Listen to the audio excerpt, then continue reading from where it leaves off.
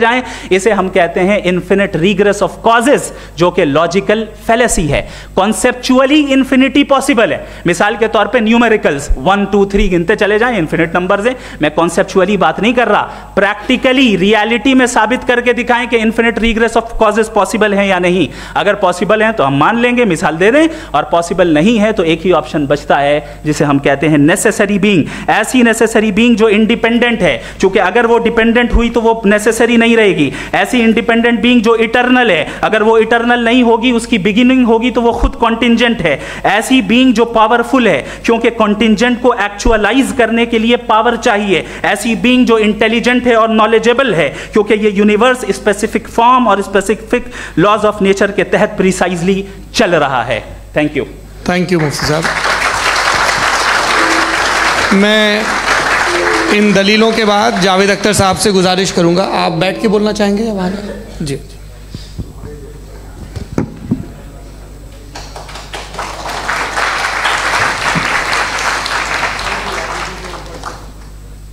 पहले तो मैं मुफ्ती साहब को एक अच्छी खबर देना चाहूँगा कि मेरी नॉलेज साइंस के बारे में बड़ी मामूली है, तो आप फिक्र ना करें उसकी, लेकिन कुछ कॉमन सेंस है मुझ में।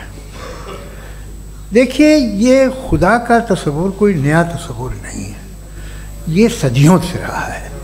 ये कुछ रिलीजन 3000 साल पुराने होंगे, 4000 साल पुराने होंगे, लेकिन इंसान कोई 10,000 12,000 साल से एग्जिस्ट करता है होमो सेपियन की शक्ल में, और हमेशा कुछ ना कुछ मज़हब रहे। ये मज़हब जाहिलों के नहीं थे, ये मज़हब एक ऐसी ग्रीक सोसाइटी के थे जहाँ बड़े बड़े फिलोसफर्स पैदा हुए। ये मज़हब इजिप्शियंस के थे जिन्होंने पिरामिड्स बनाए थे। ये रोमन्स के थे कि जिनका आर्किटेक्चर और सेनेट यानी पहली बुनियाद डेमोक्रेसी की, लिमिटेड थी मगर डेमोक्रेसी थी, ये उन लोगों ने किए थे। तो इनका जो जुपिटर था, रा था, ज़्यूस था, उन्हें उस पर इतना ही एतमाद था जितना आज किसी मजहबी आदमी को अपने खुदा पे होगा। क्रिश्चियनिटी आने से पहले यूरोप में एक मज़हब था, जर्मेनिक रिलीजन। उसका एक खुदा था, उसकी एक बीवी थी, उसके 2 बेटे थे, एक बेटी थी। फिर जर्मनी में जब यूरोप में क्रिश्चियनिटी आई तो वो खुदा, उसकी बीवी और पूरे ख़ानदान चला गया। तो हमने, अगर हम हिस्ट्री देखें तो खुदा जो हैं वो ज़्यादातर फ़नी हैं, वो हमेशा रहे नहीं। और वो जो लोग इन्हें मानते थे उनको आप कहें वो तो जाहिल थे, उन्हें तो कुछ पता ही नहीं था, ऐसा नहीं है। वो अपने वक्त में बड़े काबिल लोग थे और अपने वक्त में उन्होंने बड़े बड़े काम किए हैं, फिलोसफर्स थे, साइंटिस्ट थे, लेकिन उनका मज़हब कहाँ गया, उनके खुदा कहाँ गए? आज जो खुदा हैं दुनिया में लोग उन्हें मानते हैं। आपको क्या मालूम कि कितने बरसों के बाद क्या होने वाला है? हम यूरोप में देखते हैं तो चर्च खाली हैं। तो वक्त के साथ चीज़ें बदलती हैं। जहाँ तक इसका ताल्लुक़ है मज़हबों का, हर मज़हब आपसे एक चीज़ मांगता है, फेथ। ये फेथ क्या चीज़ होती है? What is the difference between faith and belief? ये तो बहुत ही अहमखाना बात होगी कि कोई आदमी कहे साहब अगर खुदा है तो मुझे दिखाइए। ये तो जाहिलाना बात हुई। मैंने तो नॉर्थ पोल नहीं देखा है, मगर मैं मानता हूँ कि नॉर्थ पोल है। मैं क्यों मानता हूँ? इसलिए कि अगर ये दुनिया राउंड है तो उसका कोई टॉप होगा। कुछ लोग हैं जो वहाँ गए भी हैं, कॉमन सेंस कहता है कि ऐसा होगा, सबूत है, गवाह है, रीज़न है। तो ये मेरा फेथ नहीं है। तो फेथ में और बिलीफ में डिफरेंस क्या है? जो मज़हब मांगता है आपसे, हर मज़हब फेथ मांगता है। फेथ का मतलब ये है कि ना कोई गवाह हो, ना कोई सबूत हो, ना कोई रैशनल हो, ना कोई लॉजिक हो, ना कोई प्रूफ हो, मगर तुम एक बात को मानो। ये है फेथ। वरना बिलीफ होता। अगर इसमें कुछ भी सबूत होते, गवाह होते, तो फिर इसे आप बिलीफ कहते हैं। जैसे मेरा बिलीफ है कि नॉर्थ पोल है, मेरा फेथ थोड़ी है। फेथ इन तमाम शर्तों को रद्द करता है। तो फिर स्टुपिडिटी क्या है? अगर मैं एक बात ऐसी मानूं जिसकी ना कोई लॉजिक है, ना कोई रैशनल है, ना कोई प्रूफ है, ना कोई गवाह है, ना कोई सबूत है, और मैं उसे मानूं, तो ये स्टुपिडिटी हुई। इसे ही भाई कल को मैं यकीन कर लूँ कि एलॉन मस्क जो है मेरा भाई है, तो मुझे इंतहाई खुशी होगी, सुकून भी बहुत मिलेगा मुझे। लेकिन और कहे भाई क्यों मानते हो, क्या सबूत है भाई, वो तो अमेरिकन है और तुम तो इंडियन हो, वो तो नस्ल लगे, तुम्हें कभी मिले भी नहीं। साहब देखिए मेरा फेथ है, इस पर बात न किया। फेथ का मतलब ही यह है कि आप प्रूव नहीं कर सकते। अगर आप प्रूव कर सकते हो तो फेथ की ज़रूरत ही नहीं, फिर तो आप बात करेंगे, आप कितनी बहस कर लीजिए। अल्टीमेटली दुनिया का हर मजहब फेथ पे टिका है, और फेथ का मतलब है एक ऐसा यकीन जिसका कोई सबूत, कोई गवाह, कोई रैशनल नहीं। अब आप ये कहें, क्या आप ये क्यों कह रहे हैं कि साहब ये कायनात किसने बनाई? कमाल ये है कि आपने बताया कि एक आइलैंड पर गए और एक बॉल देखी। आपने ये नहीं कहा कि आइलैंड किसने बनाया, आपको सिर्फ बॉल पे हैरत हुई। हमने आइलैंड पे हमने हैरत नहीं की, होते हैं आइलैंड। इसी तरह ये आइलैंड है, सितारे, ये गैलेक्सीज, ये सब आइलैंड हैं, खला में। हम उन्हें टेकन फॉर ग्रांटेड लेते हैं, हम पूछते नहीं किसने बनाए। आपने जजीरे के बारे में भी नहीं पूछा है। मेरी पैदाइश कैसे हुई? क्या मैं प्लान्ड पैदा हुआ था? I was plan to be born, या एक लकी स्पर्म था जो किसी एक से चिपक गया? मेरी पैदाइश रैंडम। और इंसाफ जिसे आप कहते हैं, इंसाफ का तो नेचर से कोई वास्ता ही नहीं है। जो आप कहते हैं कि एक दिन इंसाफ मिलेगा, इंसाफ is a human concept, nature में कोई इंसाफ नहीं। अगर शेर हिरन को खा जाता है तो उसे कोई सजा नहीं मिलती। अगर एक आंधी आती है और हरे भरे पेड़ों को उखाड़ के फेंक देती है तो आंधियों की जेल नहीं होती है। नेचर में इंसाफ नहीं, इसलिए मुझे नेचर को इंसाफ की ज़रूरत भी नहीं। नेचर तमाम एक है। अब हम कहें कि साहब ये देखिए जो मैंने खाना खाया था, ये मेरी आँख तो नहीं यूँ कर दिया उसे, तो इसे सज़ा मिलनी नहीं, वो सिस्टम है, ऐसे ही चल रहा है। नेचर बग़ैर इंसाफ के है। इंसाफ इज़ अ ह्यूमन कॉन्सेप्ट। तो जो आपसे कहता है कि मैं तुम्हें इंसाफ दूंगा, वो इंसानी जहन की पैदावार है। ये नेचुरल है ही नहीं, ये आसमानी है ही नहीं। नेचर का तसव्वुर, इंसाफ का तसव्वुर। भाई आप साथ मिलते हैं, अब आप लेफ्ट हैंड ड्राइव कर लें, ये क्या है? तमाम सच, तमाम नेकी, तमाम शराफत लेफ्ट हैंड ड्राइव है। वरना क्या होगा, या तो आप क्रॉस कर देंगे, आपका एक्सीडेंट हो जाएगा, या आप किसी को मार देंगे, या ट्रैफिक जैम हो जाएगा।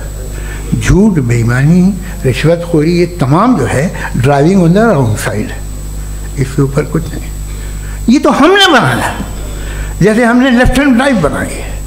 ये कॉन्सेप्ट ऑफ इंसाफ जो है ये हमारा है, इसका नेचर से कोई वास्ता नहीं। शेर खा जाता है हिरन को, उसे जेल होती है क्या?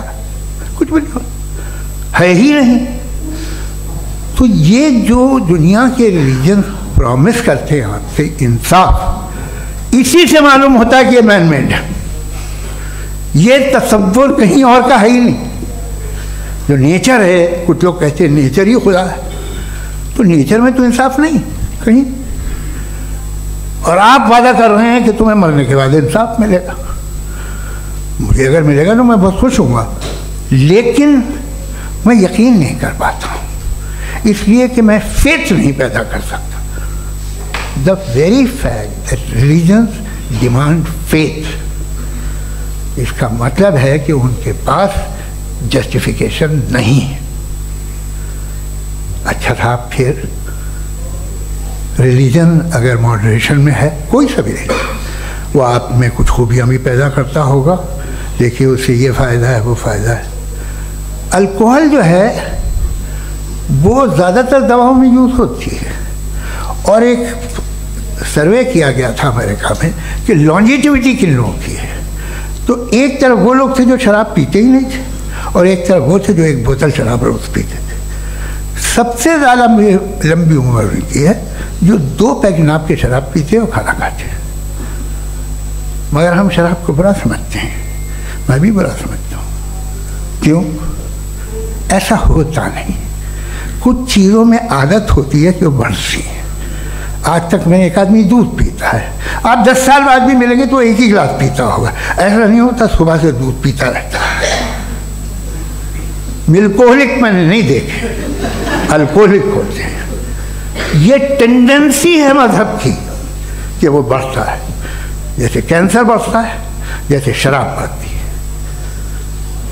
कुछ लोग होंगे जो उसे सही तरह से यूज़ करते हैं। मुझे यकीन है कि हमारे मुफ्ती साहब भी उनमें से एक हैं, इनसे बहुत खुशी हुई मुझे इनसे मिलकर। लेकिन कितने लोग हैं कि आज आप देखते हैं दुनिया में जो तबाहियाँ हैं, इनमें कितना हाथ है उन लोगों का जो बिलीवर कहते थे मजहब ये नहीं कहता, ना कहता होगा, मगर जब ये मजहब पीते हैं तो ऐसे बिहेव करते हैं।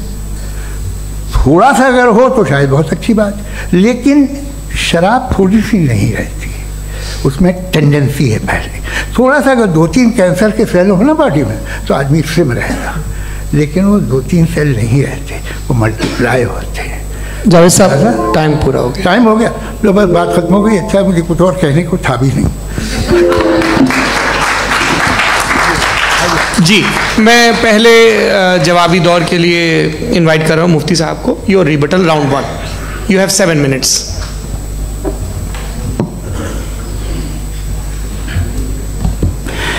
Thank you very much Javed साहब, आपकी बात को सुनकर बड़े महजूज हुए हम लोग। महजूज, do you understand? We enjoyed. Okay, अब थोड़ा सा लॉजिकली उसको हम लोग देखते हैं। दरअसल हम लोगों ने कल गुजारिश की थी मुफ्ती साहब से भी, जावेद साहब से भी, कि हिंदुस्तानी ज़बान आम फहम सबको समझ में आ जाए, और जहाँ कहीं आप मुश्किल शब्द इस्तेमाल करें वहाँ बताते भी चलें। Thank you. तो सबसे पहले हमारे रिस्पेक्टेड जावेद साहब ने हवाला दिया कि खुदा फ़ानी है। कितने मजहब आगे चले गए, किसी ने जुपिटर को खुदा माना, किसी ने किसी को माना। मैं कहता हूँ जिसने कॉन्टिंजेंट चीज़ को खुदा माना, गलत माना, वो खुदा ही नहीं, वो खुदा ही नहीं है। हम तो नेसेसरी बीइंग को साबित करने बैठे हैं, वो नेसेसरी कॉज जो इटरनल है, जो अबदी भी है और अजली भी है। हम किसी और को साबित करने नहीं बैठे। दूसरी चीज़ उन्होंने कहा कि फेथ एंड बिलीफ, ये एक ऐसी डेफिनेशन है फेथ की जो इन्होंने पहली मर्तबा पेश की है, या माफ़ कीजिएगा, इन्होंने पहली मर्तबा पेश नहीं की है, रिचर्ड डॉकिंस ने पहली मर्तबा पेश की है। मुझे मालूम है ये सोर्स कहाँ से है। एपिस्टेमोलॉजिकली फेथ और बिलीफ का फ़र्क आप इस तरह नहीं कर सकते सर। फेथ सही भी होता है, गलत भी होता है, बिलीफ सही भी होता है, गलत भी होता है। जो लॉजिक, रीजन और एविडेंस से बैक्ड होगा वो फेथ सही होगा। और आप जिस फेथ की बात कर रहे हैं कि इलॉजिकल है और उसके पीछे नहीं है, तो we are on the same page. हम नहीं मानते उस फेथ को, जो फेथ ऐसा हो जिसके पीछे कोई लॉजिक ना हो, एविडेंस ना हो, हम नहीं मानते। हम तो उस फेथ के कायल हैं जिसके पीछे लॉजिक हो और एविडेंस हो। तो बिलीफ सही भी होता है, गलत भी होता है, फेथ भी सही होता है और गलत भी होता है। तो आज फेथ और बिलीफ के डिफरेंस पे बात नहीं हो रही है। आज आप चाहे फेथ एक्सेप्ट कर लें या बिलीफ एक्सेप्ट कर लें, आज ये बात होगी कि ट्रूथ क्या है, चाहे ट्रू बिलीफ सही है या ट्रू फेथ सही है, और फॉल्स फेथ क्या है और फॉल्स बिलीफ क्या है, बात इस पे हो रही। दूसरी चीज इन्होंने पूछा, स्टुपिडिटी फिर क्या है? अगर फेथ, रिलीजन स्टुपिडिटी नहीं है तो और क्या है? चूंकि फेथ का मुतालबा करते हैं तो स्टुपिडिटी क्या है? मैं कहता हूं स्टुपिडिटी एथिज्म है। उसकी वजह यह है कि आप एक सड़क पे जा रहे हो और आप किसी गार्डन में जाएं और देखें वहां लिखा है फूलों के साथ I love Javed Akhtar, and I really do, I love you sir. So जब आप वहां पर पहुंचे तो वहां पहुंचकर अब ये बताएं, क्या आप ये कहेंगे वाह व्हाट अ नेचुरल सिलेक्शन? ये क्या नेचुरल सिलेक्शन है? नहीं, ये प्रिसाइजली डिजाइंड है, इसके पीछे डिजाइनर है। लिहाजा अगर कोई एक ऐसी कॉमन सेंस की बात को कबूल नहीं कर रहा है कि यूनिवर्स जो इतने प्रिसाइजली काम कर रहा है, हम कह दें कि खुद ब खुद बन गई, मैं समझता हूं इससे बड़ी स्टुपिडिटी और कुछ नहीं है। ये इर्रेशनल चीज है। फिर हमारे सर ने कहा कि आपने बॉल पे फोकस किया, आइलैंड पे फोकस नहीं किया। अरे आइलैंड को किसने बनाया यही समझाने के लिए तो बॉल की मिसाल दे रहा हूं। और बॉल भी कॉन्टिंजेंट है, आइलैंड भी कॉन्टिंजेंट है, दोनों नेसेसरी बीइंग का मुतालबा करते हैं। आगे इन्होंने कहा कि नेचर में कोई इंसाफ नहीं है, हम डिसाइड करते हैं कि मोरालिटी क्या होती है, इंसाफ क्या होता है। हम डिसाइड करते हैं, जैसे ड्राइविंग सीट में ट्रैफिक वाला, ये तो किसी खुदा ने नहीं कहा, ये है, इसे कहते हैं फॉल्स इक्विवेलेंस। ये एक लॉजिकल फेलेसी है।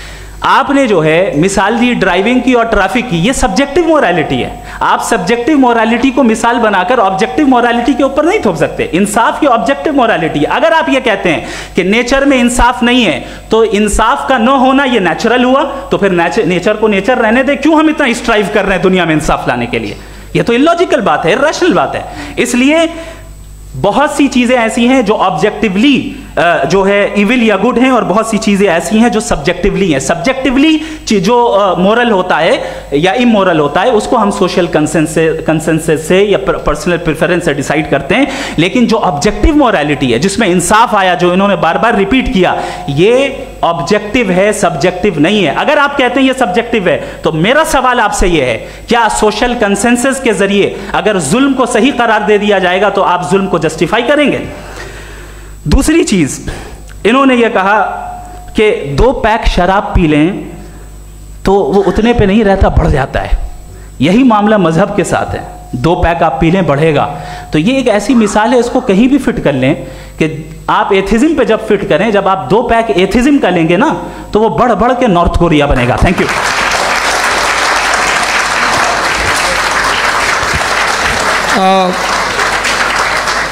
फर्स्ट राउंड के रिबटल के लिए मैं जावेद साहब को इनवाइट कर रहा हूं। आपके पास 7 मिनट का वक्त है, रीसेट कर दीजिएगा प्लीज़। मुझे इस बात की खुशी है कि मुफ्ती साहब ने भी मान लिया कि नेचर में कोई इंसाफ नहीं है। तो कोई भी चीज़ जो इंसान ने नहीं बनाई है उसमें इंसाफ नहीं होता है। एक बात मैं आपसे अर्ज़ करूँ, ज़रा पता लगा लीजिएगा, ये जो आप बाग में जाते हैं बेहद खूबसूरत फूल देखते हैं ना, इनमें से कोई नेचुरल नहीं है। ये सारे फूल क्रॉस करके बनाए गए हैं। जो जंगल में फूल होते हैं नहायत मामूली होते हैं, ये फूल इंसानों ने बनाए हैं। जो आप बाग में देख के वाह वाह कहते हैं, ये इंसानों के बनाए हुए हैं। डिफरेंट फूलों को क्रॉस करके, डेवलप करके, फिर क्रॉस करके इस तरह से बनाए गए। नेचुरल फ्लावर नहीं। किसी जंगल वीरान में जाके आप गुलाब के फूल नहीं देखेंगे। ये सब बनाए हुए इंसान ने, बहुत से काम इंसान ने किए हैं। बाकी है कि आपने मेरी एक बात का जवाब नहीं दिया, जिससे मुझे शिकायत है कि फेथ क्या है और आप फेथ मांगते क्यों हैं मुझसे? आप तो लॉजिकल हैं, आपके पास तो सारे रैशनल्स हैं, आपके पास सारे सबूत हैं, तो आपको फेथ की डिमांड क्यों करते हैं कि भाई तुम सरेंडर कर दो और सवाल मत करो? कोई मजहब सारे सवाल करने की इजाज़त नहीं देता है और मना करता है कि ज़्यादा सवाल ना करो, बह जाओगे तुम। आप क्यों रोकते हैं? हकीकत यह है कि इंसानी तारीख क्या है। इंसानी तारीख ये है कि दुनिया में 2 तरह के लोग हुए हैं।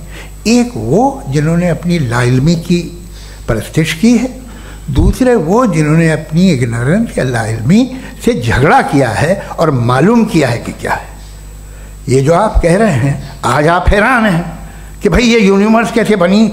लोग हैरान थे कि सूरज डूबता है तो इधर से कैसे निकलता है। और आप एक कदम जाके हमेशा का मानने को तैयार है, एक कदम पीछे ही मान जाइए। भाई आप इसके बाद जाते हो, कहते सवाल ना करना कि ये कहाँ से आया, ये पावर तो हमेशा से हमेशा रहेगी। तो आप यूनिवर्स के बारे में मानने में क्या तकलीफ है? एक कदम पहले रुक जाइए। ये हमेशा से थी या नहीं थी, हमें मालूम नहीं है। और ये कहना कि हमें मालूम नहीं है, कमाल ये है कि दुनिया के सारे मजहब सब जानते हैं ये दुनिया कैसे बनी थी, कैसे मिटेगी, मरने के बाद क्या होगा, इनको सब इल्म है। इनको किसी को डायनासोर होते थे पहले ये नहीं पता था, किसी को नहीं पता। किसी भी दुनिया की मजहबी किताब में डायनासोर का जिक्र नहीं है।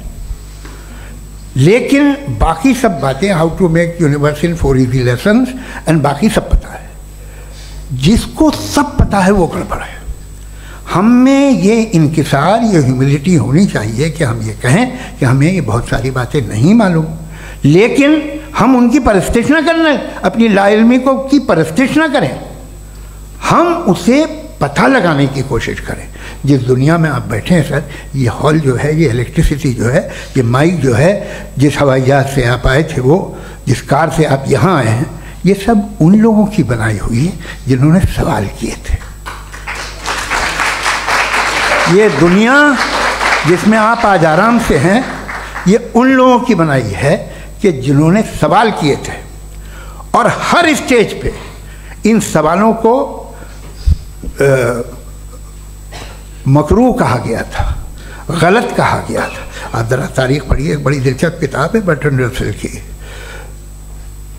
जिसमें उसने रिलीजन एंड साइंस कि कब से रिलीजन जो है साइंस के अगेंस्ट है, और हद तो ये है कि भाप के इंजन के खिलाफ थे, स्टीम इंजन के भी खिलाफ थे, और फतवे हुए उन पे, वेटिकन ने दिए। तो ये हमेशा, अभी जैसे ही ये राइट विंगर आते हैं अमेरिका में पावर में, तो वो जो अपना ये क्या बोलते हैं उसे, सीड क्या बोलते हैं, सीड क्या जो, हाँ नहीं सीड जो होते हैं जिन पे जी नहीं भाई, वो जो ह्यूमन बॉडी के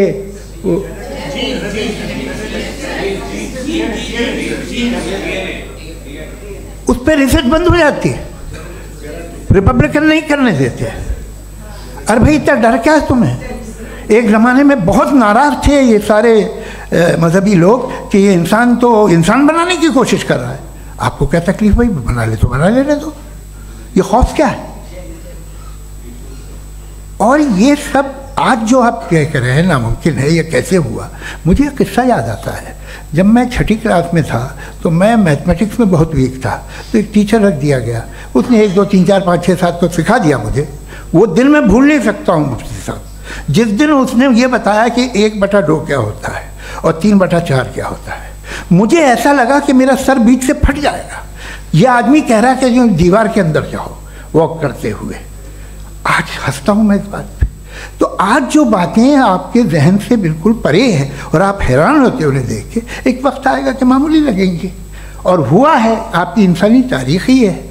इतनी जल्दी सारे फैसले आप मत कर लीजिए, थोड़ा ये ह्यूमिलिटी रखिए कि भाई ये हमें नहीं मालूम। ये कहने में क्या आ रहा है? ये यूनिवर्स कहाँ तक फैली, ये कब से है और कब तक रहेगी, हमें नहीं मालूम। आपने फैसला कर लिया कब बनी। ये आपके हिसाब से कोई 14 बिलियन ईयर बनी जो समझा जाता है। उससे पहले हजारों करोड़ों अरबों साल तक खुदा बैठा क्या कर रहा था? खामोश बैठा था, ऐसी जमाइयाँ ले रहा था। फिर उसे आइडिया है, यार एक काम करते, वक्त अच्छा गुजर जाएगा, यूनिवर्स पर आपसे सोचिए।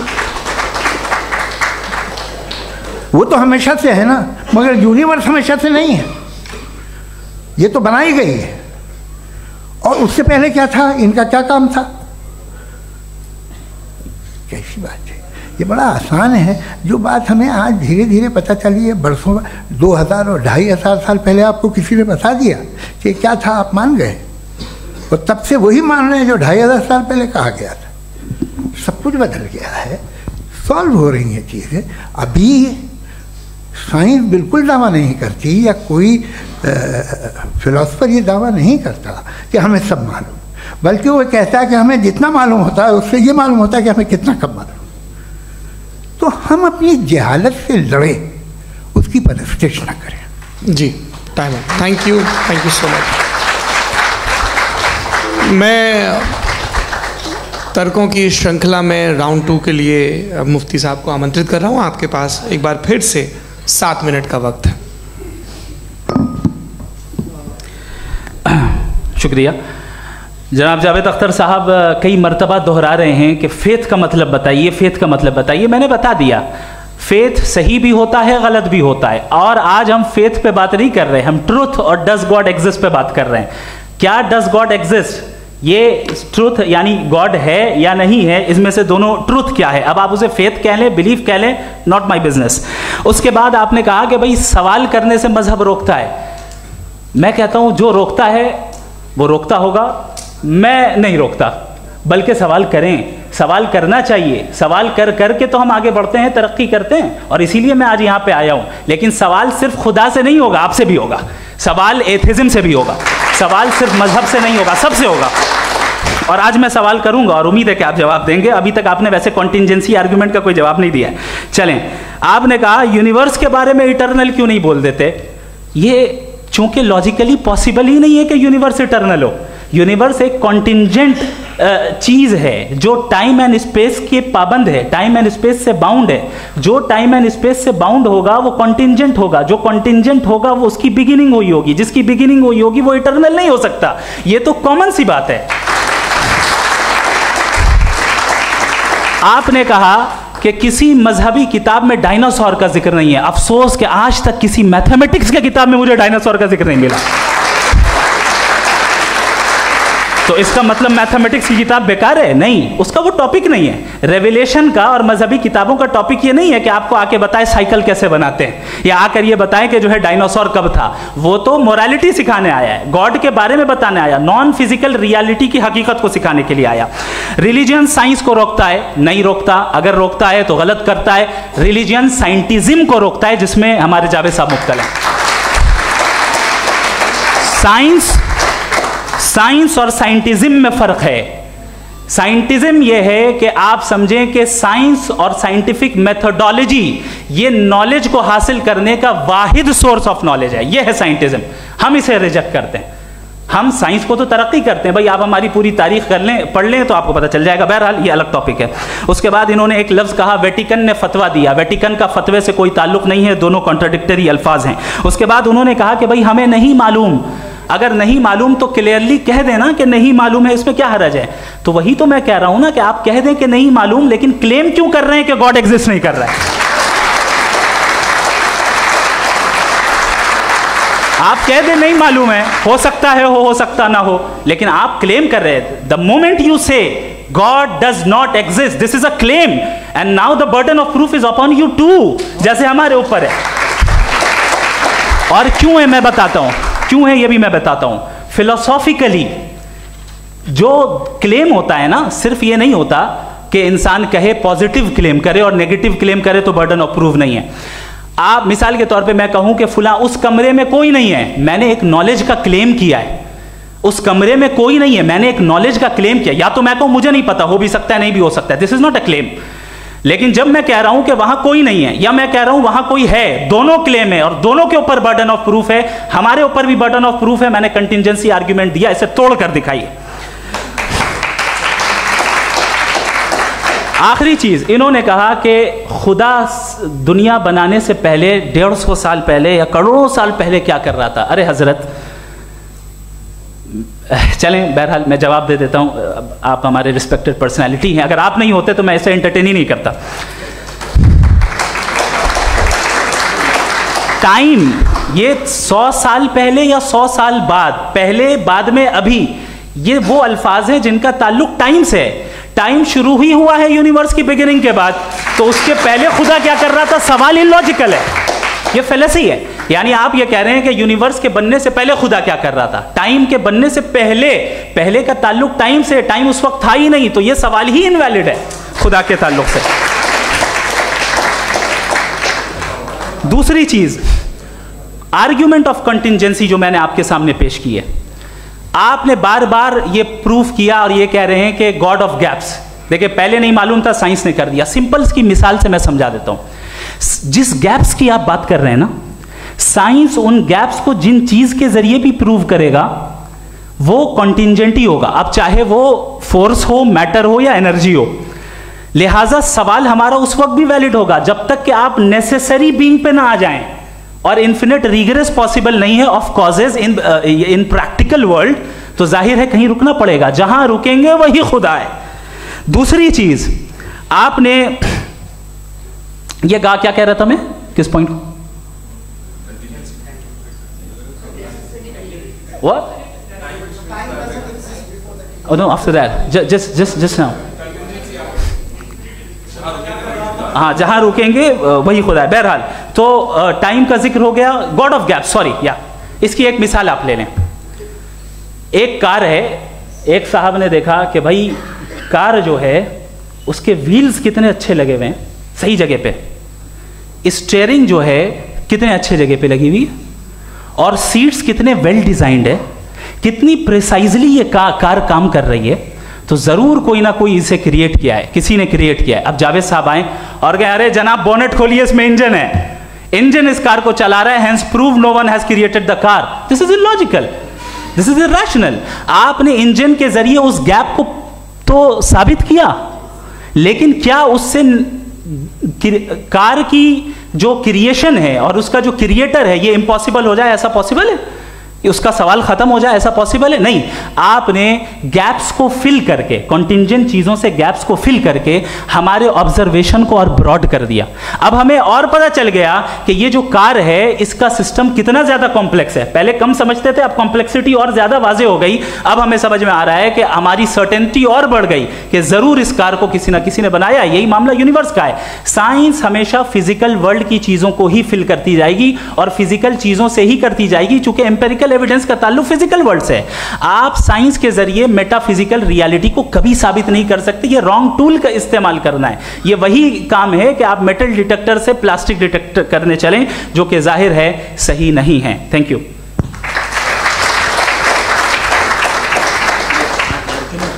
जी, ये आर्ग्यूमेंट का राउंड 2 है। हाँ। 7 मिनट है।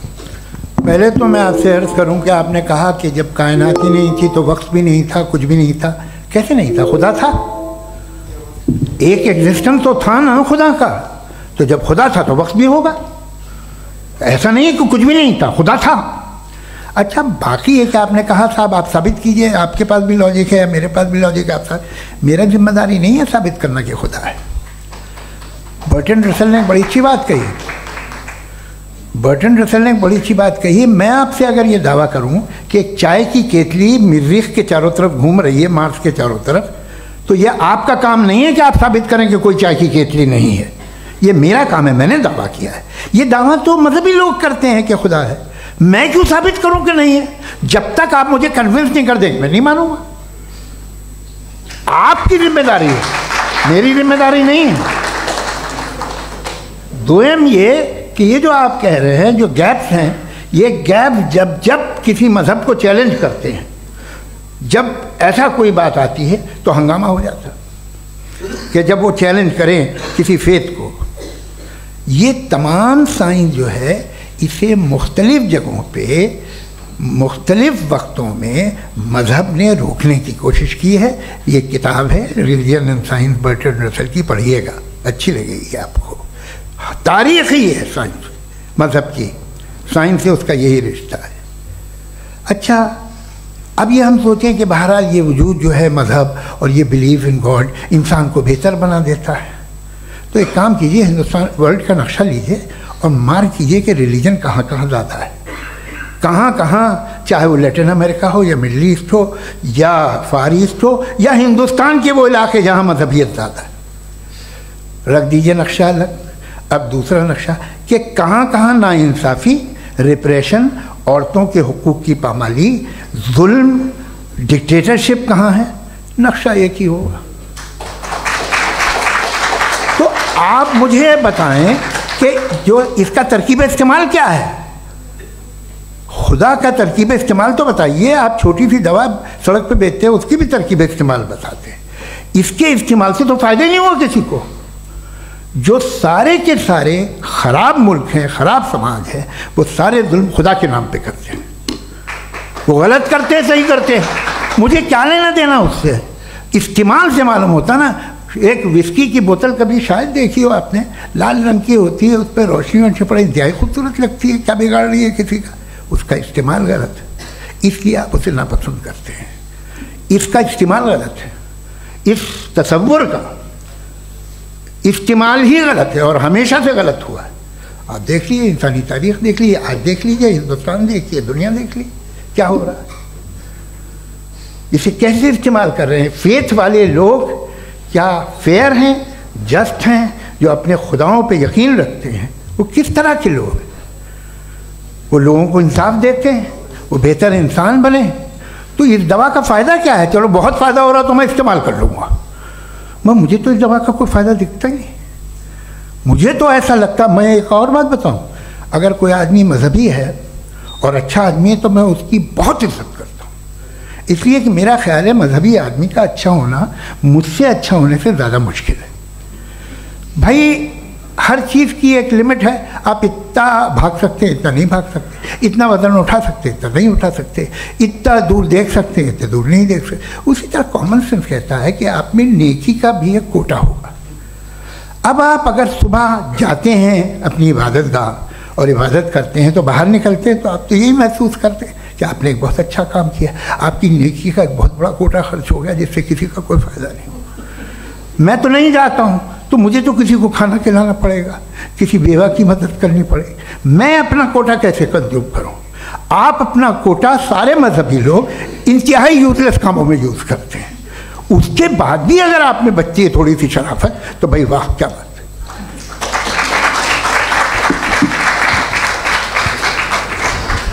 एक तो मुझे ये बात बहुत अच्छी लग रही है कि दोनों ही विद्वान समय को मानते हैं और बहुत समय से अपनी दलीलें और बाज़ दफ़ा समय से पहले अपनी तकरीरें पूरी करके अपनी अपनी कुर्सी पर बैठ रहे हैं। ये इस आर्ग्यूमेंट का राउंड 2 पूरा हुआ। अब रिबटल का राउंड 2 है और उसके बाद क्रॉस एग्जामिनेशन होगा। नहीं, आपका आर्ग्यूमेंट हो गया सर।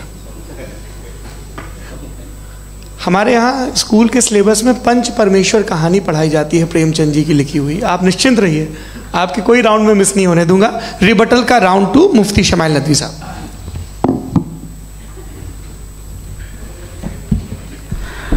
असल में जो हकीकी प्रॉब्लम है, असल प्रॉब्लम है वो ये है कि जावेद साहब के पास कॉन्सेप्ट ऑफ गॉड क्लियर नहीं है। इन्होंने कहा कि कायनात से पहले खुदा तो था, तब भी तो टाइम होगा। ये टाइम कायनात का हिस्सा है। हम खुदा, उस खुदा को मानते हैं नेसेसरी बीइंग का टाइमलेस होना ज़रूरी है, चूंकि वो टाइम का क्रिएटर है। जब उसने टाइम को क्रिएट किया तो वो खुद टाइम पे कैसे होगा? उसने जब स्पेस को क्रिएट किया तो खुद स्पेस में कैसे होगा? अगर वो टाइम एंड स्पेस को पहले से ही उसका पाबंद है तो फिर किस चीज़ को उसने क्रिएट किया? लिहाजा ये सवाल गलत है कि खुदा था तो टाइम होगा। बिल्कुल नहीं, टाइम के पाबंद हम हैं, खुदा नहीं है। हम फिजिकल वर्ल्ड से ताल्लुक़ रखते हैं, वो मेटाफिजिकल रियलिटी है। दूसरी चीज़ इन्होंने मिसाल दी कि चाय की केतली हवा में घूम रही होगी, और पता नहीं शायद वो बर्टन रसल का उन्होंने हवाला दिया। बहरहाल यही प्रॉब्लम है। प्रॉब्लम यही है कि हम चीज़ों के दरमियान डिफ्रेंशिएट नहीं कर पाते हैं। ये जो आपने मिसाल दी ये इमेजिनेशन है, और मैं जो साबित कर रहा हूँ वो लॉजिकल नेसेसिटी है।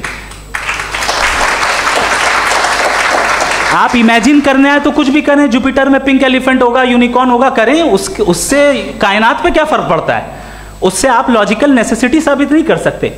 मैं तो उस प्राइम कॉज की बात कर रहा हूं, उस नेसेसरी बीइंग की बात कर रहा हूं जिसके बगैर इस कायनात का एग्जिस्टेंस मुमकिन नहीं है। दूसरी चीज़, मजहब को साइंस चैलेंज करती है वगैरह वगैरह, ये हमारा टॉपिक ही नहीं है। मैं इस पर बात करूंगा तो फिर मेरा वक्त चला जाएगा। मजहब के ऊपर चूंकि हमारी डिस्कशन नहीं है, साइंस को मजहब और बिलखुसूस मैं और हमारा वर्ल्ड व्यू कम अज़ कम साइंस को पीछे नहीं करता है, साइंटिज्म की मजम्मत करता है। इसकी वजाहत मैंने पहले कर दी। दूसरी चीज़ इन्होंने कहा वर्ल्ड का नक्शा लीजिए, वर्ल्ड मैप लीजिए, 2 अलग अलग जगह की। हज़रत मैंने ये होमवर्क किया था और मैंने मिडिल ईस्ट का एक नक्शा लिया और यूरोप का एक नक्शा लिया। ये मजहबी इलाका और ये लिबरल और एथीस्ट इलाका। मुझे पता चला कि सबसे ज़्यादा रेप केसेस जो हैं वहाँ पर हैं।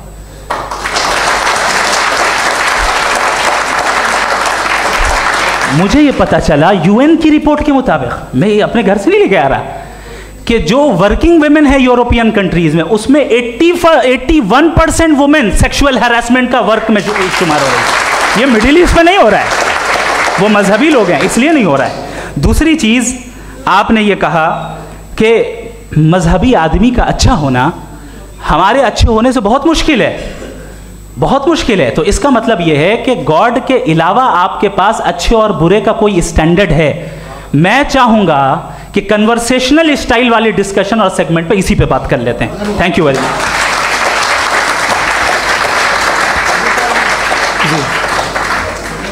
ये रिबटल का राउंड 2 है, आपके पास 5 मिनट का वक्त है और इसके बाद क्रॉस एग्जामिनेशन शुरू करेंगे। आप चाहें तो जो इन्होंने सवाल पूछे उनके जवाब आप रिबटल में भी दे सकते हैं। जी जी, देखिए पहले तो ये बात कि ये मिसाल गलत नहीं है, गलत है। इन्होंने पहले ही हमको डिसार्म कर दिया, कह लिया अकल से मामला सॉल्व नहीं हो सकता, लॉजिक से आप पहुंच नहीं सकते। ये एक मेटाफिजिकल चीज़ है। मेटाफिजिकल अजीब सा लफ्ज़ है, ठीक से किसी को माने नहीं मालूम इसके, तो ऐसा लगता है कुछ बड़ी चीज़ है। अरे भाई क्या होता है मेटाफिजिकल, बताओ, खड़ी हो। ये एक लफ्ज़ है जो कहीं भी इस्तेमाल हो जाता है। जब आप एक बात कर रहे हैं और आप मुझसे बहस कर रहे हैं तो मुझे मेटाफिजिकल मत बताइए, आप लॉजिकली मुझे प्रूव किए। और अगर लॉजिकली आप नहीं बात करते साहब ये मेटाफिजिकल है, तो फिर हम आप बात क्या कर रहे हैं? मेरा आपका किस ज़बान में कॉन्वर्सेशन होगा? और ये कहना कि वक्त पहले नहीं था, तो फिर क्यों कहते हैं ये हमेशा से और हमेशा रहेगा? हमेशा वक्त है, तो आप कैसे कहते हैं वो हमेशा से है और हमेशा रहेगा?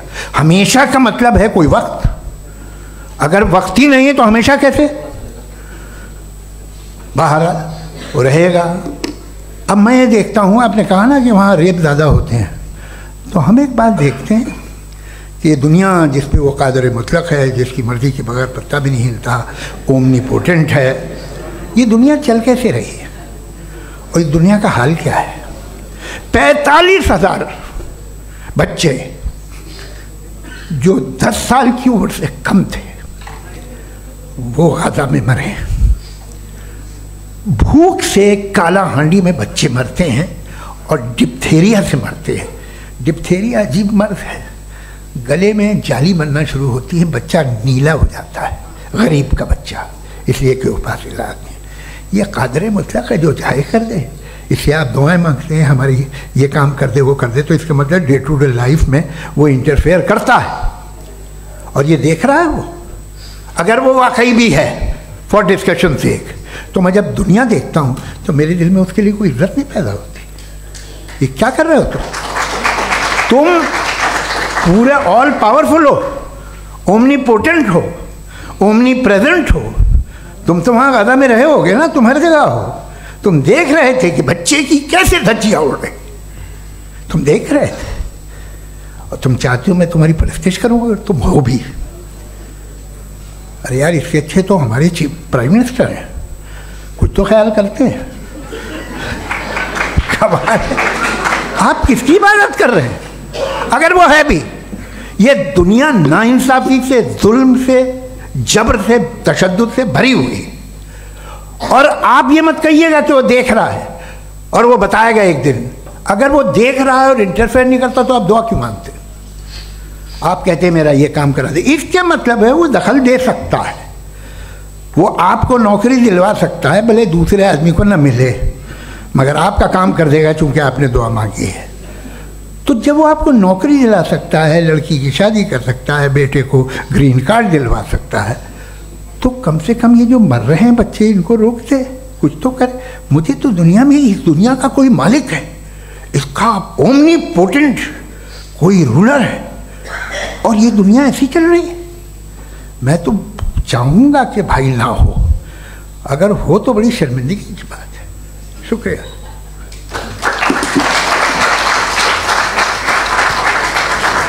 देवियों और सज्जनों, इस बहस के 2 राउंड और 2 रिबटल पूरे हो चुके हैं।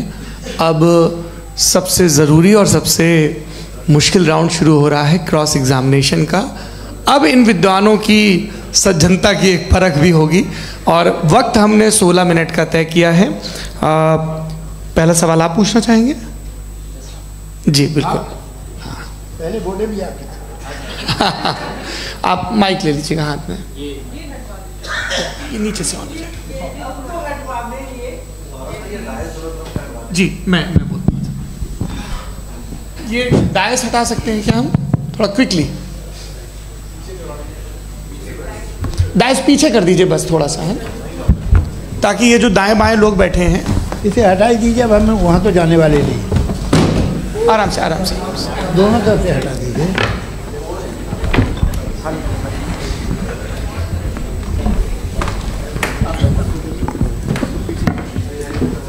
इस बीच आप लोग भी अपने अपने सवाल तैयार कर लें। ये ध्यान रखेंगे कि मैं यहाँ से सवाल लूँगा, आप लोगों को अपना हाथ ऊपर करना है, अपना नाम बताना है और अधिकतम 3 वाक्यों में अपना सवाल पूरा करना है। कई लोग सवाल की जगह भाषण देने लगते हैं, उससे आज बचना है। जी मुफ्ती साहब, पहला सवाल आपका, 16 मिनट हैं, हम दोनों लोगों के सवाल लेंगे। जी बहुत शुक्रिया। आपकी जो अभी बात हुई बहुत अहम थी, मैं इसको चाहूँगा कि आगे डिस्कस करूँ, लेकिन चूँकि अभी ये वो सेगमेंट है क्रॉस एग्जामिनेशन, तो सबसे पहला सवाल आपसे ये है कि जो मैं इतनी देर से कॉन्टिंजेंसी आर्ग्यूमेंट आपको बता रहा था, ये अकल से ही बता रहा था हज़रत, आप ये बताएं कि आप इन्फिनिट रिग्रेस ऑफ कॉजेस को पॉसिबल मानते हैं या नेसेसरी बीइंग के एग्जिस्टेंस को सही समझते हैं, चूंकि दो ही ऑप्शन हो सकता है, आप ये बताएं। देखिए, आपको मैं ईमानदारी से बात करूं, एक तो मैं कॉन्टीजेंसी वर्ड ठीक से समझता नहीं, और इस वक्त भी जो आपने अंग्रेज़ी के अल्फाज इस्तेमाल किए वो ज़रा थोड़े से मुझे डिफ़िकल्ट और कॉम्प्लिकेटेड लगे, तो आप ज़रा सिंपल ज़बान में सवाल कर सकते हैं। बिल्कुल कर सकता हूँ जी। यूनिवर्स की हर चीज़ कॉन्टिंजेंट होने का मतलब ये है कि वो अपने एग्जिस्टेंस में किसी के ऊपर डिपेंडेड है। जो भी चीज़ डिपेंडेड होगी वो चीज़ इंडिपेंडेंट नहीं हो सकती, तो उसका कोई ना कोई कॉज होगा। तो अब आप क्या समझते हैं कि ये इन्फिनिट रिग्रेस है, यानी कॉज पर कॉज, कॉज पर कॉज, कॉज पर कॉज, और कभी कोई यानी ये एंडलेसली चलता रहा? क्योंकि अगर ऐसा होगा तो हम तो एग्जिस्टेंस में आते ही नहीं। लॉजिकली ये मुत्तफक अलैह चीज़ है, मुत्तफक अलैह, अग्रीड अपॉन। ओके, इस पे हमने एग्री किया था कि मुश्किल शब्द आएगा तो अर्थ बताना पड़ेगा। तो इन्फिनिट रिग्रेस तो पॉसिबल नहीं है, तो कहीं ना कहीं आपको रुकना पड़ेगा ऐसे नेसेसरी बीइंग पर। नहीं, कोई ज़रूरत नहीं रुकने की। किसने कहा आप रुकना पड़ेगा? आप रुकते हैं खुदा पे, आप नहीं रुकते। आप कहते हैं वो हमेशा से, जब उस वक्त से जब वक्त नहीं था। आप कहाँ रुकते हैं कि अब हुआ था वो? आप नहीं कहते। हम क्यों नहीं मान सकते कि यूनिवर्स जो है और बल्कि मल्टीवर्सेस जो है वो हमेशा से हैं, वो बनती है, बिगड़ती है। एक हमारे यहाँ एक चीज़ है, ब्लैक होल, वो समेट लेता है वापस, फिर ब्लास्ट होता है, फिर फैल जाता है। और इसमें हमारी तो खैर कोई औकात ही नहीं है। इंसान की एक छोटे से ज़र्रे पे हम 50-60 साल की उम्र रखते हैं, जो करोड़ों अरबों साल की कायनात है उसमें, और पैदा भी नहायत ही बेहुदा वजह से हुए थे। तो इसमें ये सोचना कि इसकी वजूहात और ये क्यों है, ये डिपेंडेंट है, ये हम देख रहे हैं, क्या मालूम। आप सोचिए कि ये जो फैल रही है कायनात, ये कहाँ फैल रही है, ये कहाँ जा रही है, और ये फैल क्यों रही है? अरे बना ली थी तुमने, रुको भैया, हमें काफ़ी है। ये फैल क्यों रही है? ये और कौन सी कायनात जिसे मैं दूरबीन से देखता हूँ तो 2 बिलियन लाइट ईयर पे है, उससे मेरा कोई वास्ता ही नहीं है। 2 बिलियन ईयर यानी अगर मैं 80,000 माइल्स पर सेकेंड से चलूँ तो 20 करोड़ साल में वहाँ पहुँच जाऊँगा। इसकी ज़रूरत क्या थी? ये दुनिया, ये कायनात तो इंसान अशरफुल मखलूक़ात के लिए बनाई गई ना। तो ये सब ये टर्म समझ में नहीं आया, इसमें कोई ख़ास समझने वाली बात थी भी नहीं। ये जो अल्टीमेट कहा यह जाता है कि ये जो पूरी यूनिवर्स है, ये जो दुनिया है, ये इंसान के लिए बनाई गई। अच्छा, ये सब इंसान के लिए। क्यों साहब, सही है ना? बिल्कुल, लेकिन इसका ये मतलब नहीं कि किसी चीज के पीछे रीजन आपको नहीं पता तो रीजन नहीं है, इसे कहते हैं नहीं, मुझे नहीं पता, लेकिन मेरी जिम्मेदारी नहीं है। वो बिल्कुल सही कहा था उसने, बर्टन रसल ने। आपने उसे मजाक में टाल दिया कि भाई आप एक दावा कर रहे हैं, मैं क्यों कहूँ कि ये गलत है दावा? आप प्रूफ कीजिए, मेरे पे जिम्मेदारी ही नहीं है, मैंने थोड़ी कहा है। आप प्रूफ कीजिए कि ये सही है। आप आर्ग्यूमेंट ऑफ कंटिजेंसी का जवाब ही नहीं दे रहे हैं। सवाल पूछना चाहेंगे? आप सवाल पूछना चाहेंगे मुफ्ती साहब से? क्योंकि ये क्रॉस एग्जामिनेशन का दौर है। आप जैसे पहले बोल रहे थे फेथ को लेके कुछ, मैं ये पूछना चाहूँगा कि खुदा ने जो भी रेवलेशन किए हैं, एक मज़हब के लिए बहुत से मज़हबों में किए हैं, अलग अलग रेवलेशन है। कहीं कुछ एक बातें हैं, कॉन्ट्रडिक्शन भी है आपस में, कहीं कुछ आप कर सकते हैं, कहीं कुछ नहीं कर सकते। ऐसा नहीं है कि सबकी कोड ऑफ मॉरल एक है। तो ये किस्सा क्या है? अब आप ये देखिए कि मुझे कभी कभी लगता है कि ये जो फुटबॉल फाइनल होता है, लाखों लोग होते हैं, फिर वो टीवी कवर करती, करोड़ों लोग, अगर उसमें खुदा की एक बूमिंग आवाज़ आ जाती, मैं गॉड हूँ, तो सारे लोग अभी सुन लेते और टीवी पे भी सुन लेते, किस्सा खत्म होता। ये इतनी राजदारी क्या है कि तुम सामने कुछ तो सबूत दे दो हमें सॉलिड। ये कह साहब ये यूनिवर्स कैसे बनी, इससे मसला क्या हल होगा? मैं पूछूंगा आपसे खुदा कैसे बना? क्यों नहीं पूछूंगा कैसे बना? बल्कि वो तो कायनात से कहीं ज़्यादा इंटेलिजेंट है, कायनात से कहीं ज़्यादा कॉम्प्लेक्स। जी वो हमेशा से है। आप कहेंगे मैं मान लूँगा। अच्छा, दोयम वो कादिर मुतलक, यानी कादिर मुतलक का मतलब ओमनीपोटेंट, जो चाहे कर सकता है। आपको नौकरी दिलवा सकता है, आपकी अच्छी जगह शादी करवा सकता है, आपके पड़ोसी का मुकदमा हरवा सकता है, आपको जिता सकता है, सब काम करता है। थोड़ा सा माइक क्लोज जी। वो इस दुनिया को चला कैसे रहा है? ये दुनिया कैसे चल रही है? आपको इस पर हैरत नहीं होती? या क़यामत के बाद कभी एक जस्टिस होगा, जब ये बच्चा मर चुका होगा जिसकी धज्जियाँ उड़ गई बम से, इसको इंसाफ मिलेगा तब। अच्छा, अब जवाब दूं? हाँ दीजिए। मैं वही इसीलिए आप ही की तरफ। सबसे पहले आपने रेवलेशन और स्क्रिप्चर्स की बात की, इस पे मैं बात कर सकता हूं लेकिन आज नहीं करूंगा चूंकि वक्त कम है, कभी और इस पे डिस्कस करेंगे। मैं तैयार हूं उस पे भी बात करने के लिए। ये अभी से राउंड 2 की भूमिका तय हो रही है। Does God exist round 2? जी, चूंकि आज गॉड के एग्जिस्टेंस पे बात है तो मैं उसी के रिलेटेड जो है आपके सवालात को एंटरटेन भी करूंगा और मैं भी पूछूंगा। आपने कहा कि आपने साबित ही नहीं किया, जबकि आर्ग्यूमेंट ऑफ कॉन्टिंजेंसी बुनियादी आर्ग्यूमेंट है। आप मुझे कॉन्टिंजेंसी का मतलब बताइए, आपका मतलब क्या है कॉन्टिंजेंसी? कॉन्टिंजेंसी का मतलब ये हुआ कि हर वो वजूद जो किसी भी चीज़ का पाबंद है, हर वो वजूद या हर वो चीज़ जो अपने एग्जिस्टेंस में किसी भी चीज़ के पाबंद है और उससे बाउंड है, उसको उसकी ज़रूरत है, उस पर डिपेंड करती है, तो जाहिर सी बात है कि उसका कोई ना कोई कॉज होता है। ये तो अक्ल की बात है। ये आप रीजनिंग की बात करते हैं, मैं वही कर रहा हूँ। दूसरी चीज़ आपने ये बात कही कि इतने बिलियन लाइट ईयर्स दूर है, उसका मेरा क्या लेना देना। फिर मेरे ख्याल से आपको ये नहीं कहना चाहिए I think therefore I am an atheist. आपको सोचना चाहिए, सिर्फ आप एक लिमिटेड दायरे में रहकर नहीं सोचें बल्कि बाहर निकल कर सोचें। आपने तीसरा सवाल किया, आपने 2-3 सवाल एक साथ। ऐसी बातें ना कीजिए, कुछ को इतराज़ हो जाएगा आप पे कि आप कुछ भी सोचिए। ये इजाज़त आपको है नहीं, मुझे है।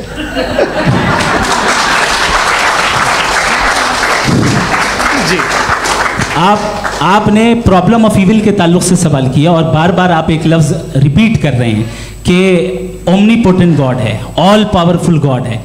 यही तो दरअसल समझना है कि गॉड का कॉन्सेप्ट क्या है। प्रॉब्लम ऑफ इविल जो है, प्रॉब्लम ऑफ इविल दर हकीकत 2 असम्पशंस पर कायम है।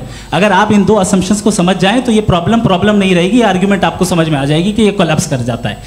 पॉइंट नंबर 1, यानी जो आपका सबसे पहला फॉल्स असम्पशन है कि गॉड मर्सीफुल है, ओमनीपोटेंट है, दुनिया में जुल्म हो रहा है।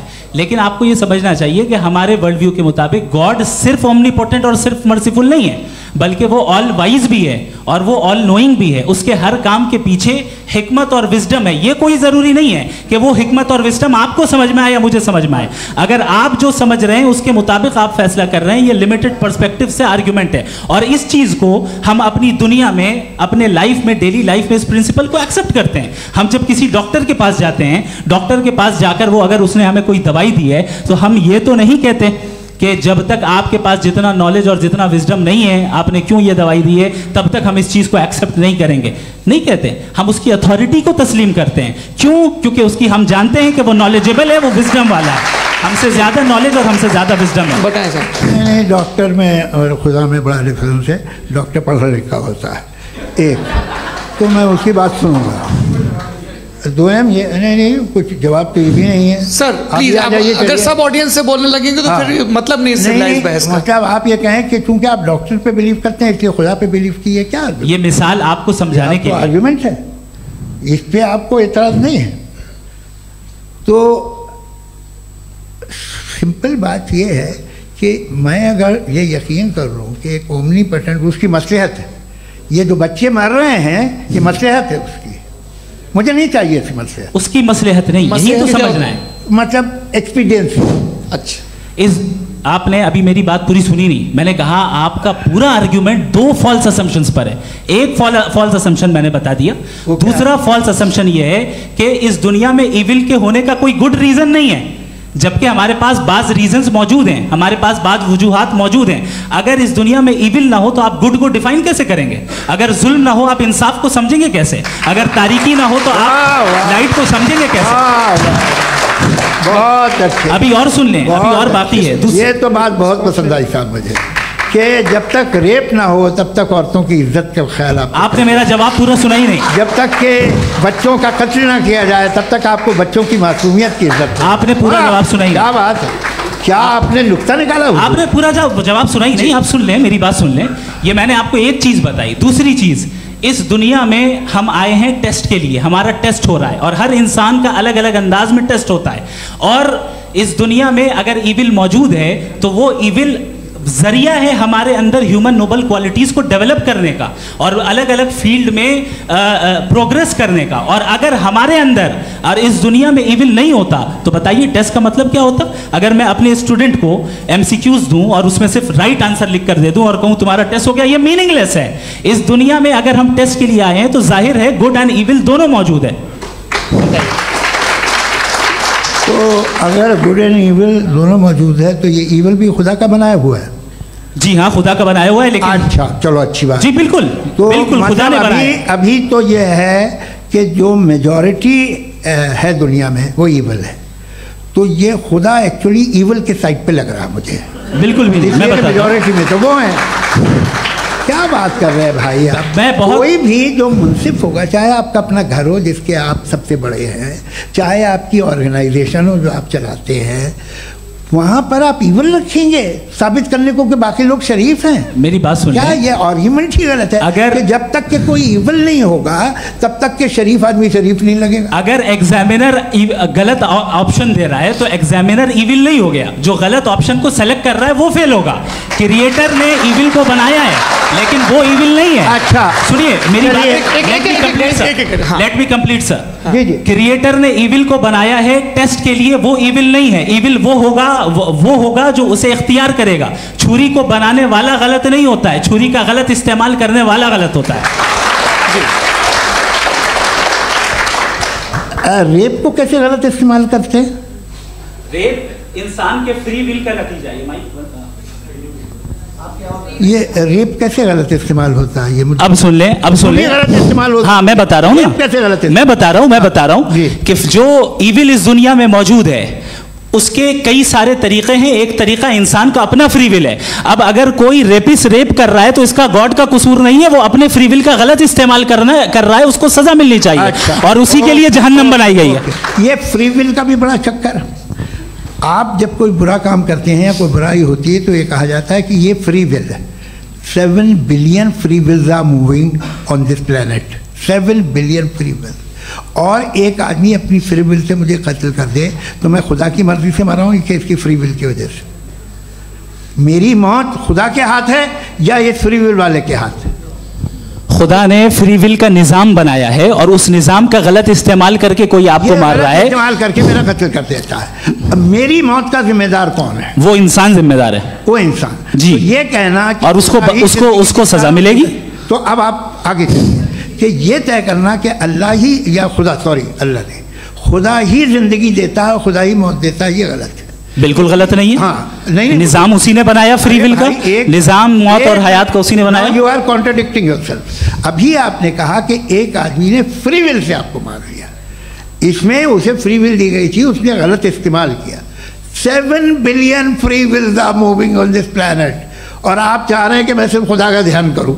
ये 7 बिलियन फ्री विल्स को मुझे लुक आफ्टर करना पड़ेगा कि नहीं? ये तो तबाहियां कर रही हैं और तबाहियां ज़्यादा हो रही हैं। बिल्कुल। तो अगर आप बताएं अगर खुदा नहीं है फॉर एग्जाम्पल, तो आप इविल को कैसे डिसाइड करेंगे? यानी how can you define evil objectively without God? Evil को डिफाइन करिए। देखिए दुनिया में 2 तरह के जानवर हैं, एक जो अकेले रहते हैं जंगल में और एक जो ग्रुप्स में रहते हैं। ग्रुप में जो भी रहेगा, चाहे वो आपका फाउंडेशन हो, चाहे कोई क्लब हो, चाहे कोई पॉलिटिकल पार्टी हो, चाहे कोई यूनिट हो, उसमें आपको इंटरैक्ट करने के रूल बनाने पड़ेंगे। यानी लोग तय करेंगे। लोग तय करेंगे। अगर लोगों ने ये तय किया कि किसी का रेप करना सही है, आप जस्टिफाई करेंगे? नहीं, आपका फाउंडेशन तो ये हो गया ना कि लोग ही विल डिसाइड करेंगे। नहीं, अरे दुनिया में ऐसे ग्रुप्स हैं जो रेप को जायज़ मानते हैं सर्टेन हालात में। मैं डिटेल में नहीं जानूंगा, आप भी जानते हैं। ये जो आईसिस वाले थे जिन्होंने क्या किया था, तो उन्होंने क्या किया उसका खुदा से कोई ताल्लुक नहीं है सर। मैंने सिंपल सवाल किया कि इविल को आप डिफाइन करते कैसे हैं? आइए वापस आइए जी। आप साथ में तभी रह सकते हैं जब कुछ आप ऐसे उसूल डेवलप करें जिसमें हर एक का बेसिक तहफ़्फ़ुज़, हर एक का बेसिक राइट हो और हर एक को कोई आराम मिले। यही तरीक़ा है किसी भी ऑर्गेनाइजेशन जिसमें एक से ज़्यादा लोग हैं और वो ऐसे चलती है ज़िंदगी। उसमें अगर आप गड़बड़ करेंगे तो तबाही होगी, नुकसान होगा, बर्बादियाँ आएंगी। और अगर उसमें आप घर ले लीजिए ना, एक हस्बैंड है, एक वाइफ है, बच्चे हैं, वालदा भी हैं, 2 बहनें भी हैं, एक भाई भी है। अब इसमें कोई निज़ाम आपको चाहिए साथ में रहने का, और एक दूसरे पे भरोसा रहे, एक दूसरे के बहीख्वाह हों, एक दूसरे की मदद करें, ऐसी जिंदगी। सर आपकी बात आ गई, आप ये कह रहे हैं कि लोग डिसाइड करेंगे क्या सही है क्या गलत है, यही है? मेजॉरिटी डिसाइड करेगी क्या सही है क्या गलत है? अरे भाई बिल्कुल। मेजॉरिटी अगर ये कहे कि नाजी जर्मनी के साथ जिस तरह मेजॉरिटी थी कि जेनोसाइड करना सही, आप जस्टिफाई करेंगे? उस वक्त आपका ये सवाल सिर्फ उसके बाद क्लोजिंग। हाँ, उस वक्त प्लेनेट पे जो लोग थे उनमें कितने लोग हिटलर को सही समझते? अच्छा, प्लेनेट की मेजॉरिटी तय करेगी, सोसाइटी की नहीं। प्लेनेट की मेजॉरिटी गॉड के एग्जिस्टेंस को सही मानती है, आप क्यों नहीं मानते?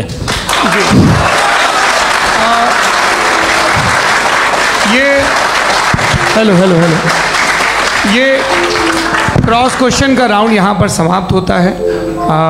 और ये बड़ा अच्छा है कि इस तरह से फ्रेगमेंट कर दिया गया है ताकि जो मरकरी ऊपर जा रहा है नीचे जवाब दे दूँ जी। प्लेनेट की ज़्यादातर मेजॉरिटी कुछ दूसरे मजहबों के खुदा को मानती है। आप उन्हें क्यों नहीं? आप तो मेजॉरिटी की बात कर रहे हैं। ये क्लोजिंग आप ये कह रहे हैं इविल और गुड को डिसाइड मेजॉरिटी करेगी, मेजॉरिटी जो कर दे वो सही हो जाएगा। इसको जैसा आप ही लोगों ने तय किया है उसी फॉर्मेट को फॉलो कर लेते हैं। हाँ भाई, मैंने तो भले लोगों पे एतबार किया और तब मॉडरेशन तय किया। जी, आपके पास 5 मिनट का वक्त है, क्लोजिंग आर्ग्यूमेंट है, उसके बाद हम ऑडियंस से क्वेश्चन आंसर लेंगे जावेद साहब के क्लोजिंग आर्ग्यूमेंट के बाद। ओके, बहुत शुक्रिया जी। हमारा जो टॉपिक है डज गॉड एग्जिस्ट, मैं इस पे इतने एकेडमिक तैयारी करके आया था, मुझे था कि मैंने सोचा था कि कई सारे मैं आर्ग्यूमेंट्स दूंगा, लेकिन वक्त की भी किल्लत और जावेद साहब बार बार इधर उधर चले जा रहे थे तो उसको भी थोड़ा एंटरटेन करना पड़ गया। डज गॉड एग्जिस्ट पे मैं एक ही आर्ग्यूमेंट दे पाया। आर्ग्यूमेंट्स बहुत हैं और डेफिनेटिव आर्ग्यूमेंट्स हैं, और मेरे आर्ग्यूमेंट को किसी एक राउंड में भी इन्होंने एंटरटेन नहीं किया और रेफ्यूट नहीं किया, एक राउंड में भी नहीं, एक राउंड में भी नहीं। और ना ही अभी आपका क्लोजिंग आर्ग्यूमेंट आएगा, नहीं वो बता देना। Argument of contingency sir. अरे मैं आपसे कई बार कह चुका हूँ कंटिजेंसी का मतलब। अब मैं कैसे समझाऊं आपको? आपस में आप और कितने आसानी से समझाऊं मैं, मुझे तो नहीं समझ में आ रहा है। आप अपनी आर्ग्यूमेंट ऑफ कंटिजेंसी उर्दू में बोल सकते हैं। हाँ, आप अपनी बात पूरी कर लें जी, आखिरी 4 मिनट। दूसरी चीज, just a minute please ma'am, can I talk? दूसरी चीज ये है कि आपने एक तो इसका जवाब नहीं दिया, दूसरा आपने गॉड के ना होने पर कोई डेफिनेटिव आर्ग्यूमेंट नहीं दिया, सिर्फ मजहब पे बात कर रहे हैं आप। मजहब तो आज हमारा टॉपिक ही नहीं था। आज तो हमारा टॉपिक हो, आप मजहब से ले लेकर आईएस तक चले गए। भाई हमारा क्या ताल्लुक है उससे? We condemn them. और उसका गॉड से क्या ताल्लुक है? अगर कोई गलत काम कर रहा है, किसी ने किसी को कत्ल किया, किसी ने किसी का रेप किया, उसको सजा मिलनी चाहिए। और आपके पास कोई भी rational strong foundation of morality नहीं है। आपने कहा कि मेजॉरिटी तय करेगी सोसाइटी की, वो सही होगा। मैंने कहा हिटलर को फिर आप सही कहेंगे? नहीं, प्लैनेट की सोसाइटी की मेजॉरिटी तय करेगी। तो प्लैनेट की मेजॉरिटी गॉड के एग्जिस्टेंस को मानती है, आप कह रहे हैं ये रिलीजियस है। तो यानी आपके पास कोई स्ट्रॉन्ग फाउंडेशन नहीं है ऑब्जेक्टिव मोरालिटी का। ऑब्जेक्टिव मोरालिटी का अगर कोई फाउंडेशन है तो वो सिर्फ गॉड है, गॉड है, गॉड है। थैंक यू जी। ये मुफ्ती शमाइल नदवी साहब का क्लोजिंग आर्ग्यूमेंट था। अब हमारे पास जी, मैं जी ये बड़ा अच्छा है कि दोनों लोगों को मॉडरेटर से शिकायत भी और बोल रहे भाई हमारी शाबाशी भी तो करते चलो।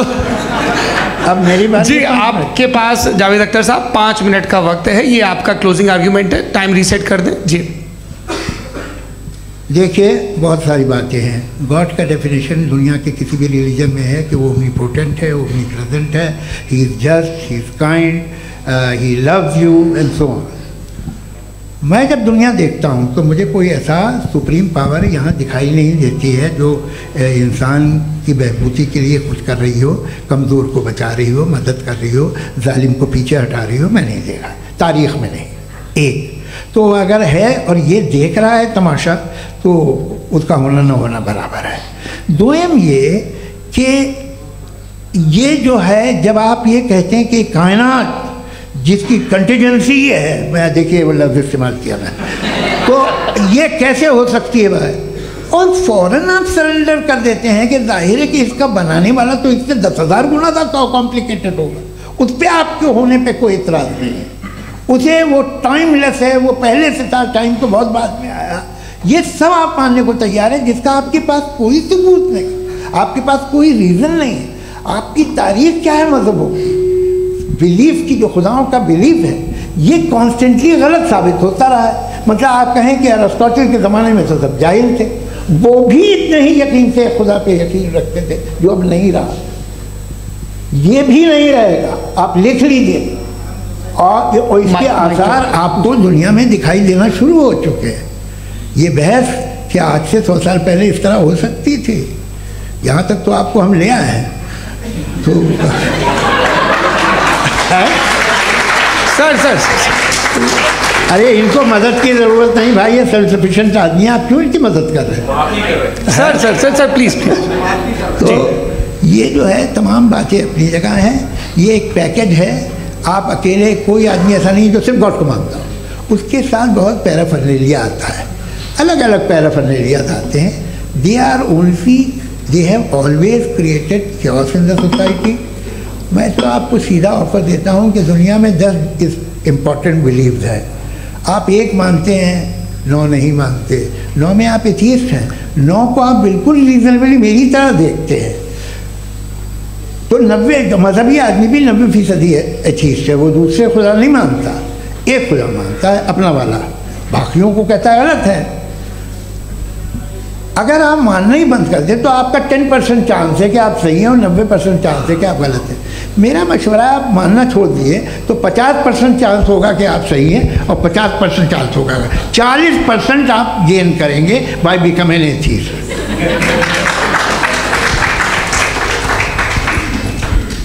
ये एक फरसूदा ख्याल है, ये ख़त्म हो रहा है, हो सकता है मेरी ज़िंदगी में ना हो, लेकिन ये हो जाएगा। जो बातें ये इनको आप मेटाफिज़िकल, ये वो ऐसे रिस्पेक्टेबल टर्म दे दिए, ये तो उन लोग के हैं जिन्हें ना फिज़िक्स मालूम थी ना मेटा मालूम था, ये उन्होंने आपको दिए हैं। जी बहुत शुक्रिया आप दोनों लोगों का। और अब इस बातचीत का आखिरी राउंड शुरू होगा, डज गॉड एग्जिस्ट की ये बहस मुफ्ती शमाइल नदवी और जावेद अख्तर साहब के बीच। आप लोग अपने अपने हाथ ऊपर करेंगे, मैं यहाँ से तय करूँगा। और माइक हमारे पास है क्या? एक ही माइक है ऑडियंस के लिए? 2 माइक है, एक इस तरफ एक इस तरफ, ठीक है। तो जी सबसे पहले हमारी सहयोगी हैं मारिया शकील जी, पूछिए सवाल। थोड़ा सा रुकेंगे ताकि कैमरे का फ्रेम आप पर आ जाए, आपकी तो प्रैक्टिस है टीवी की। जी नदवी साहब, मैं खुदा को मानती हूँ, पहले मैं इसी प्रमाइस से शुरू कर रही हूँ और ये बता रही हूँ आपको, मैं मानती हूँ, लेकिन कुछ सवाल हैं जो जावेद साहब ने उठाया, उसका जवाब आपको देना चाहिए। पहला सवाल ये कि गज़ा में सालों से छोटे बच्चे मर रहे हैं, वो उनको, अगर खुदा मर्सीफुल है, हम मानते हैं कि अल्लाह ताला में बहुत ताकत है, तो वो बच्चे क्यों मर रहे हैं? दूसरी बात ये कि अगर कंटिजेंसी की जो आप बात करते हैं, पूरे मुस्लिम ममालिक मिल कर के भी उन गज़ा के बच्चों को क्यों नहीं बचा पा रहे हैं? क्योंकि अगर वो चाहते, क्योंकि अल्लाह ताला उन पर हुकूमत करते हैं, सब पर हुकूमत करते हैं, तो वो उनको क्यों नहीं बचा? जी थैंक यू वेरी मच। बहुत अच्छा किया आपने इस चीज़ को जिक्र कर दिया, मैं इसको और अच्छे से एक्सप्लेन करने की कोशिश करता हूँ। देखें, जहाँ तक आपने कहा कि गज़ा के बच्चों को मारा जा रहा है, देखें 2 वर्ल्ड व्यू है, एक एथिस्टिक वर्ल्ड व्यू, एक थीस्टिक वर्ल्ड व्यू है। बच्चे मर रहे हैं दोनों वर्ल्ड व्यू में, लेकिन हमारा वर्ल्ड व्यू कह रहा है कि रिकॉम्पेंस है, ये कह रहे हैं कि उनका मरना बेकार जाने वाला है, कोई उसका रिकॉम्पेंस नहीं है, चूंकि इनके यहाँ आखिरत और अल्लाह का कोई तसव्वुर या गॉड का कोई तसव्वुर नहीं है। आपने ये सवाल किया कि गॉड मर्सीफुल है, क्यों नहीं रोकता? ये मैंने बताया कि ये मिसकंसेप्शन है लोगों के दरमियान कि गॉड को सिर्फ मर्सीफुल और ओमनीपोटेंट समझते हैं। गॉड के सिर्फ यही 2 एट्रीब्यूट्स नहीं हैं, गॉड के कई सारे एट्रीब्यूट्स हैं, उनमें से अल हकीम भी है, उनमें से ऑल वाइज भी है, ऑल नोइंग भी है।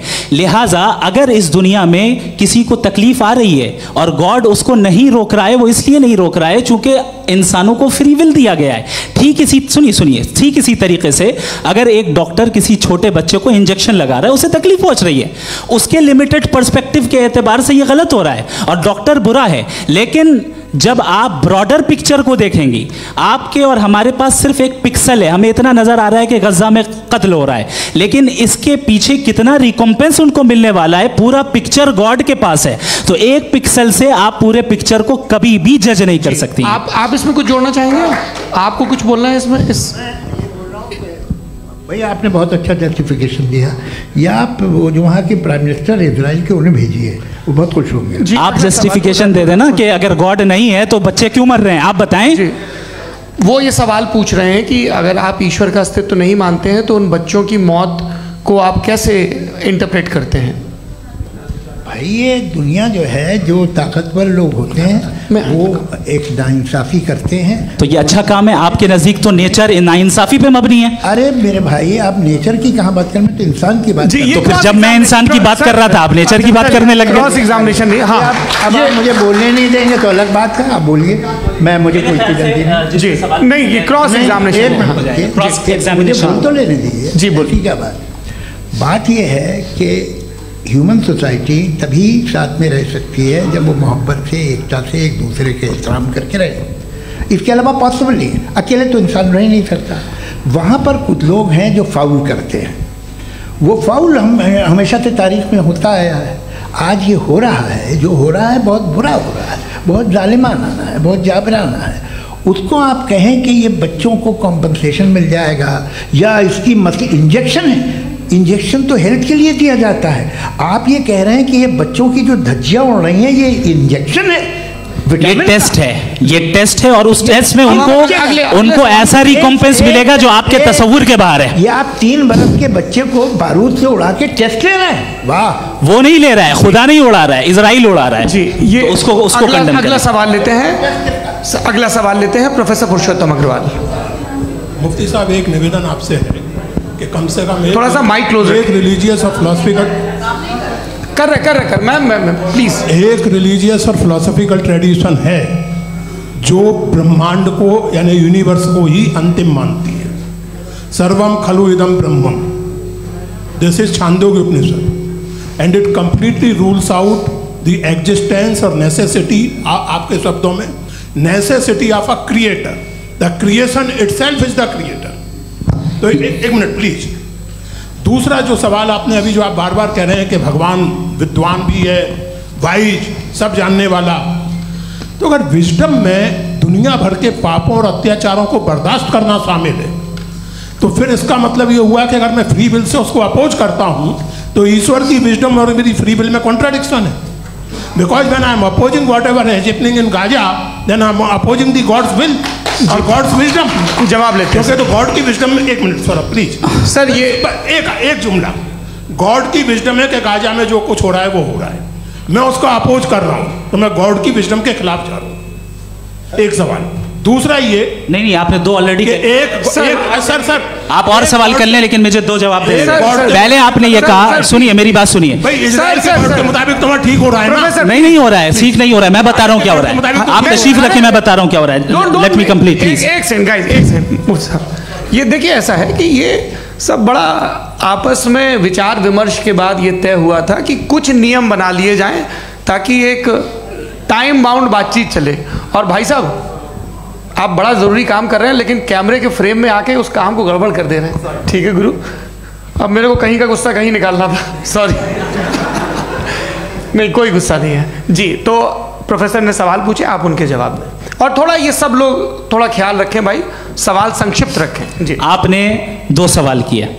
सबसे पहला ये कहा कि हमारे पास ये कॉन्सेप्ट है कि ये यूनिवर्स खुद नेसेसरी बीइंग है, creation itself is the creator.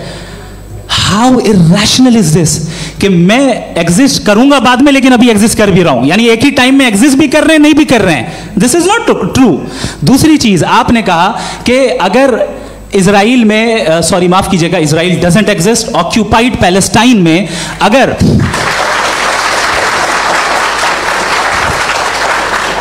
Occupied Palestine में बच्चों को मारा जा रहा है फ्री विल की वजह से और गॉड नहीं रोक रहा, ये कॉन्ट्रडिक्शन है। ये बताइए कि एक एग्जाम में एक बच्चा गलत आंसर लिख रहा है, सुनिए, एग्जामिनर चाहे तो रोक सकता है, क्यों नहीं रोक रहा है? ये कॉन्ट्रडिक्शन है, ये कॉन्ट्रडिक्शन नहीं है। नहीं सर, ये आपस में जी, ये क्या आपका सवाल? माइक दीजिए। फ्री विल दिया गया है टेस्ट के लिए, अकाउंटेबिलिटी के लिए। अगर फ्री विल नहीं होता तो आप कहते हैं हमें रोबोट बना दिया गया। नॉट मिसरिप्रेजेंट माय पोजीशन, आपकी जो भी पोजीशन। मैं अपनी फ्री विल के नाते, अपने ह्यूमन विजडम के नाते गाजा में हो रही अत्याचार का विरोध करता हूं। बिल्कुल करना चाहिए। के हिसाब से मैं गॉड की विजडम का विरोध कर रहा हूं? बिल्कुल नहीं। वहां जो हो रहा है गॉड, बिल्कुल भी नहीं, बिल्कुल भी नहीं। उसका वहां पर गाजा में कत्ल होना ये इंसानों के गलत इस्तेमाल का नतीजा है, फ्री विल के इस्तेमाल का नतीजा है। गॉड इसका हुक्म नहीं देता, उससे रोकता है।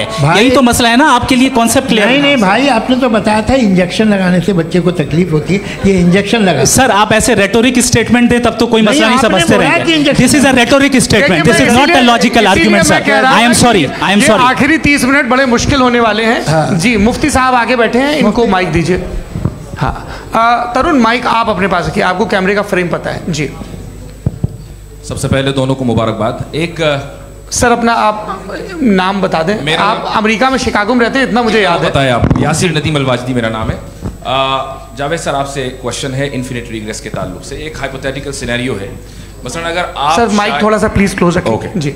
अगर आप शायर इसलिए हैं कि आपके कोई उस्ताद शायर थे, और वो इसलिए शायर थे कि उनके कोई उस्ताद शायर थे, और इसी तरीके से हम माजी में पीछे चलते चलते चले जाएं और कहीं ना रुके, तो माफ़ कीजिएगा आप कभी शायर नहीं हो सकते। लेकिन आप शायर हैं, आपका शायर एग्जिस्ट करता है, इसका मतलब ये है कि आप कहीं ना कहीं रुके हैं। तो मेरा सवाल ये है कि क्या आप इन्फिनिट रिग्रेस ऑफ कॉजेस को लॉजिकल फैलेसी मानते हैं या नहीं मानते? हाँ या ना? मैं इन्हें लॉजिकल फैलेसी नहीं मानता हूँ, लेकिन मेरा प्रॉब्लम यह है कि जब मैं नहीं मानता हूँ तो I will continue with this logic जो फैलेसी नहीं हो। आप एक जगह रुक जाते हैं जाके, आप कहते हैं ये गेंद कैसे बनी, ये जजीरा कैसे बना, ये समंदर कैसे बना, ये ज़मीन कैसे बनी, और अचानक गॉड पे जाके आपको ब्रेक लग जाता है।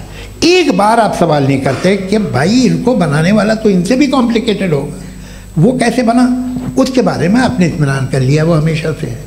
तो अगर आप उसे हमेशा से मानते हैं तो फिर ये मान लीजिए कि कायनात हमेशा से है, क्या तकलीफ?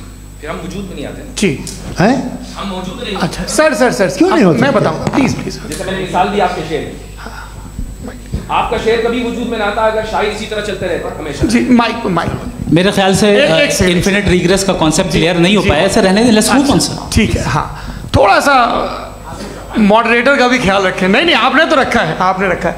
यहाँ पे गौहर रजा साहब हैं, वो भी एक सवाल पूछना चाहते हैं। माइक यार नीचे से ऑन कर दिए नीचे। पहले तो ये कह दूं कि मैं उन बच्चों से शर्मिंदा हूं जिनको गज़ा में कत्ल किया गया,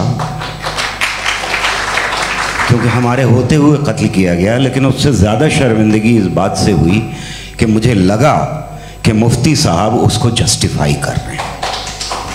बिल्कुल भी नहीं। आप बहुत ही गलत। मुझे लगा मैं गलत हो सकता हूँ। बिल्कुल गलत। मैं सवाल पूछ रहा हूँ, मैं सवाल पूछ रहा हूँ। मैं जावेद भाई से डिसएग्री करता हूँ। एक सेकंड देखिए, अगर देखिए ऐसा एक सेकंड आप सर वेट अरे आप कुछ मेरे पहले मुझे अपनी बात कह लेने दीजिए।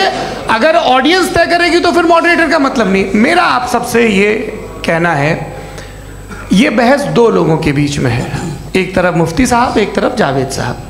पिछले 1.5 घंटे से ये लोग अपने अपने तर्क रख रहे हैं। आपकी इनसे इत्तेफाकी हो सकती है, ना इत्तेफाकी हो सकती है। मेरे उस्ताद मुझे सिखा गए हैं कि मुखामुखम में असहमति की गुंजाइश बची रहनी चाहिए।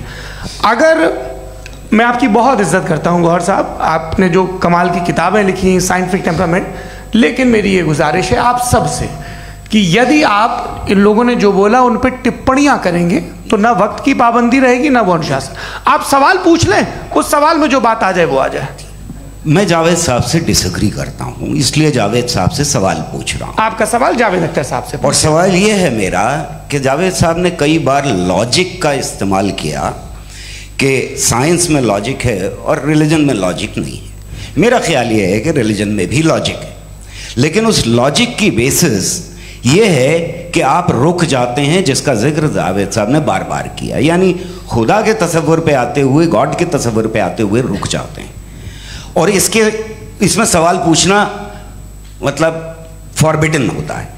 सवाल यह है कि क्या जावेद साहब इससे एग्री करते हैं कि साइंस की लॉजिक अलग है और रिलीजन की लॉजिक अलग है? बताइए सर। देखिए, तीन चीज़ें हैं। साइंस है, एक है मंतिक है, इस्तिदलाल है, और एक जो है कुछ भी नहीं है, फेथ है, अकीदा है। मैं अकीदे की लॉजिक का कायल नहीं हूँ। मुझे आप इस्तिदलाल से, लॉजिक से, रीज़न से समझाइए, मैं मानने को तैयार हूँ, मेरा क्या नुकसान होगा। लेकिन ये कि अकीदे पे मैं नहीं जा सकता हूँ। अकीदे का मतलब है कि तुम ये मान लो, सवाल ना करो, ये नहीं। आप सारी बातें करके, बड़ी साइंटिफिक बातें करके एक जगह जाके खुदा के हुदूद पे रुक जाते हैं, सरेंडर कर देते हैं। मैं सरेंडर करने को तैयार नहीं। That's all. जी, ये आगे सर बैठे हुए हैं, इनको माइक दीजिए। भाई वो आप पूछना चाह रहे थे ना भाई? हाँ, नहीं मैं ये थैंक यू जी। आपका नाम? आसिम इफ्तिखार। आसिम जी, पूछिए। सर, जावेद सर से सवाल है कि आपने अपने माइक थोड़ा करीब अपने क्लोजिंग स्टेटमेंट में ये बात कही थी कि मज़हब का जो फ्यूचर है वो ज़्यादा दिन नहीं जाने वाला है, लेकिन मैं देख पा रहा हूँ कि जो ऑक्सफोर्ड यूनिवर्सिटी की एक स्टडी है 2011 में हुई है, जिसके 50 एकेडमिशियंस ने इसको अंजाम दिया था, उसमें वो ये कहते हैं कि जो फेथ इन गॉड है वो इनबिल्ट है ह्यूमन नेचर के अंदर, जिसको हम कहते हैं फितरत के अंदर शामिल है वो। और वो ये कहते हैं कि अगर कोई ये समझता है कि मज़हब को वो ख़त्म कर देगा तो ये उसकी गलत फहमी है। तो आप इसके बारे में, इस स्टडीज़ के बारे में क्या कहते हैं? ठीक है, मैं उनसे एग्री नहीं करता हूँ। वो कौन से प्रोफेसर होंगे? ऐसा उनके पास डेटा है, इन्होंने डेटा के बेस होगा। डेटा क्या हो सकता है? फ्यूचर का डेटा तो नहीं हो सकता ना उनके पास, प्रेजेंट का डेटा हो सकता है। डेटा आपने सुना 100 साल पहले का बाद का डेटा? मैंने तो नहीं सुना आज तक। तो आज उनकी ये राय है और होगी राय, ठीक है। दुनिया में तरह तरह की राय है लोग, लेकिन मैं समझता हूँ कि वक्त के साथ इंसान ज़्यादा से ज़्यादा रीज़नेबल और लॉजिकल होता जा रहा है। आज आप देखिए वेस्टर्न यूरोप में क्या परसेंटेज है नॉन बिलीवर्स की, बहुत हाई। वहाँ चर्च खाली पड़े होते हैं। तो अल्टीमेटली तो इंसान कोई ऐसी बात बहुत अरसे तक नहीं मान सकेगा, चाहे गलत या सही, जो उससे उसके दिमाग को, उसके जहन को, उसकी लॉजिक को अपील न करे। वो कह रहे हैं तो ऑक्सफोर्ड के होंगे तो कैम्ब्रिज के होंगे, तो मुझे क्या लेना देना। उनका डेटा मुस्तकबिल का नहीं हो सकता है। जी दीपक, हाँ पूछिए। मैं आऊँगा अभी, पीछे की साइड भी आऊँगा, माइक वहीं भेजूंगा 2-3 साल के लिए। जी जावेद साहब, आपसे सवाल है। नमस्ते। अरे भाई सर, अगर आप ही लोग को तय करना है तो फिर 200 लोग तय कर लें। नहीं sir, please don't do this sir. Everybody has a right sir, but we can only take selected questions. No sir, ये यंग लोग भी हैं तो इनकी ये अब उतने यंग, भाई आप यंग हैं कि नहीं हैं? वो कह रहे हैं वो भी यंग हैं साहब, आप उनकी नौजवानी पर दावा उनको ही करने थे। हाँ मुफ्ती साहब आप यंग, हाँ पूछे। अरे भैया सर, मेरा सवाल ये है, इनसे भी तो पूछो जी। नहीं, बस आपसे एक सवाल है। जैसे थीस्टों के पास अपने जो ईश्वर को मानते हैं उनके पास अपने सोशल गेट टुगेदर्स हैं। 5 रोज़ आज क्रिसमस आने वाला है, होली है, दिवाली है, ईद है। एथिस्ट क्या ऑफर कर रहे हैं? मतलब मैं इनकी दुकान से मैं आना चाहता हूँ उस तरफ, पर मैं अट्रैक्ट नहीं हो पा रहा हूँ। मैं सोशल गेट टुगेदर्स क्या है आपके पास? वो ये कह रहे हैं कि जो धार्मिक लोग हैं, अलग अलग धर्म के लोग, उनके उत्सव त्योहार कांग्रेगेशन बहुत हैं। अब आपको मैं एक सुनाता हूँ, यहाँ हिस्टोरियन भी बैठे हैं। मृदुला जी आप बताइएगा सही है क्या? ये एक कॉन्स्टेंटाइन, एक ग्रीक रोमन बादशाह था जो क्रिश्चियनिटी आने के 400 साल बाद उसने डिसाइड किया कि मैं क्रिश्चियन हो जाऊंगा, मेरी पूरी स्टेट कैंसिल हो जाएगी। उस ज़माने में ऐसे ही होता था, राजा जो धर्म इख्तियार करता था वो जनता भी कर लेती थी। इसलिए कि वो हो गया था बैंकक्रप्ट, और उसे जो मेडिटेरियन कोस्ट के रिच क्रिश्चियन वो थे मर्चेंट, उससे पैसा चाहिए था। तो उसने कहा यार क्रिश्चियन हो जाओ। तो उसने अपने वजीर से कहा कि भाई ये हिस्ट्री है कि अब हम लोग क्रिश्चियन हो जाते हैं। पहले सर हो जाएंगे, कोई प्रॉब्लम नहीं है, लेकिन एक प्रॉब्लम ये है कि 17 दिसंबर से 25 दिसंबर तक जो पेगन फेस्टिवल होता, जो पेगन जो फेस्टिवल होता है वो बंद हो जाएगा, इसलिए कि हम क्रिश्चियन हो गए तो होगा नहीं। तो वो बच्चों को बहुत बुरा लगेगा, पब्लिक को बहुत इन्जॉय करते हैं, खासतौर से 25 को मेन डे। उसने कहा ये तो सही कह रहे हो, ये जीसस क्राइस्ट की पैदाइश कब थी? कहते साहब वो अप्रैल में थी। नहीं, कट करो, वो 25 दिसंबर को है। ये हकीकत है। और 400 साल बाद क्रिश्चियनिटी के अप्रैल से दिसंबर ले आए, और इसलिए कि यहाँ पेगन फेस्टिवल होता था। अब मनाते हैं आप आराम से। ये जो सारे फेस्टिवल हैं ये रिलीजन से, हर एक को एक इंटरटेनमेंट डिपार्टमेंट चाहिए होता है अपनी कंपनी चलाने के लिए। तो ये रिलीजन ने, ये सेकुलर त्योहार थे जिन्हें रिलीजन्स ने ले लिया है। ये मौसम के थे, फसलों के थे, किसानों के थे, उसको आपने लेके रिलीजियस रंग दे दिया। ये कोई रिलीजन से थोड़ी आए आप। अच्छा हमें देखिए, हम तो मुल्द हैं, हम ईद मनाते हैं, हम दिवाली मनाते हैं, हम होली मनाते हैं, हम क्रिसमस मनाते हैं। बम्बई की फिल्म इंडस्ट्री की सबसे बड़ी होली हमारे घर में होती है, सबसे बड़ी ईद हमारे घर में होती है। वो हमारे सोशल वो है, हमारे हेरिटेज है। ऐसा थोड़ी है कि we will throw the baby along with the water. ये तो अच्छी चीज़ है, इन्हें रखो, जो बेकार है फेंक दो। जी हाँ, हेलो जी, मेरा सवाल नादवी जी से है। जैसा कि आपने बोला कि गॉड टाइम के भी परे हैं और गॉड इतनी कॉम्प्लेक्स चीज़ है कि उसे ह्यूमन माइंड समझ नहीं सकता, और गॉड ने अर्थ पे फ्री विल भी दे दी है, तो आप अपना वक्त ज़ाया क्यों कर रहे हैं गॉड के बारे में बात करके? अपन को तो बात करनी चाहिए कि सोसाइटी को बेहतर कैसे करें। जी, मैं गॉड वही बताता है सोसाइटी को कैसे बेहतर करें। अभी मैं आपका जवाब देता हूँ। आपने कहा कि टाइम पे वो एग्जिस्ट नहीं करता, नहीं, मेरा सवाल ये है कि जैसा आपने बोला कि गॉड बहुत ही कॉम्प्लेक्स चीज़ है। मैंने कहा ही नहीं कि कॉम्प्लेक्स है, तो आपके अल्फाज हैं। कॉम्प्लेक्स का लफ्ज़ गॉड के लिए सुइटेबल नहीं है। क्यों? क्योंकि कॉम्प्लेक्स वो चीज़ें होती हैं जो ऑब्जेक्ट हो। God is not an object जिसको आप इंस्ट्रूमेंट के जरिए लेबोरेटरी में जाके टेस्ट करें, O it's very complex. No, वो कोई कार का इंजन नहीं है। मेरा वो फिलोसॉफिकली नेसेसरी बीइंग ऐसी बीइंग है जो सिंपल बीइंग है। हाँ, आप उसको मुकम्मल तौर पे उसकी तमाम हिकमतों को जान ले और हर चीज़ को जान ले, ये पॉसिबल नहीं है, क्योंकि वो ऑल वाइज है, आप ऑल वाइज नहीं है, और वो खुदा है, वो आपको सारी चीज़ें बता दे, ये ज़रूरी नहीं। मेरा सवाल ये नहीं था। मेरा सवाल ये था कि जब गॉड इतना परे है इस दुनिया से कि उसने अर्थ पे फ्री विल भी दी है, हम सब ह्यूमंस की फ्री विल है, और जो सोसाइटी में हो रहा है वो अपन लोग डिसाइड करेंगे, तो अपन लोग डिसाइड नहीं करेंगे ना, अपन लोग डिसाइड नहीं करेंगे। गॉड जो है, गॉड ने वो उसकी ज़ात, उसकी एग्जिस्टेंस टाइम एंड स्पेस से परे है, लेकिन वो हमारा टेस्ट ले रहा है और उसी गॉड ने हमें बताया कि तुम्हें क्या करना है क्या नहीं करना है, तो जाहिर उस गॉड की बात सुनेंगे ना हम। जी, वो पीछे एक चश्मा लगाए जो मैम खड़ी हैं, उनको दीजिए। हाँ, आप जी जी बिल्कुल आएंगे। देखिए मैं कोशिश कर रहा हूँ सब तरफ जाने की। हाँ, उनको दीजिए माइक। जी, हेलो सर, मैं ओमनी प्रेजेंट नहीं हूँ, टाइम पाबंद हूँ, और जहाँ तक कोशिश कर सकता हूँ करूँगा। जी, अपना नाम बताइए। मेरा नाम उर्सुला है, मैं दिल्ली यूनिवर्सिटी की एक स्टूडेंट हूँ और मैं स्टूडेंट फेडरेशन ऑफ इंडिया से हूँ।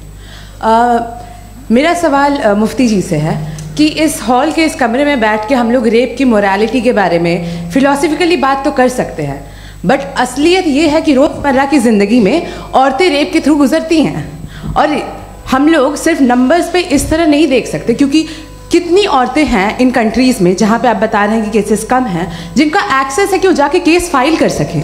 कितनी औरतें हैं जो जिनको काम करने की आज़ादी है उन कंट्रीज़ में। यूरोप में ये आज़ादी आ गई, यूरोप में ये रूल्स आ गए, तो हम आज उसके बारे में बात कर पा रहे हैं। जी, जवाब।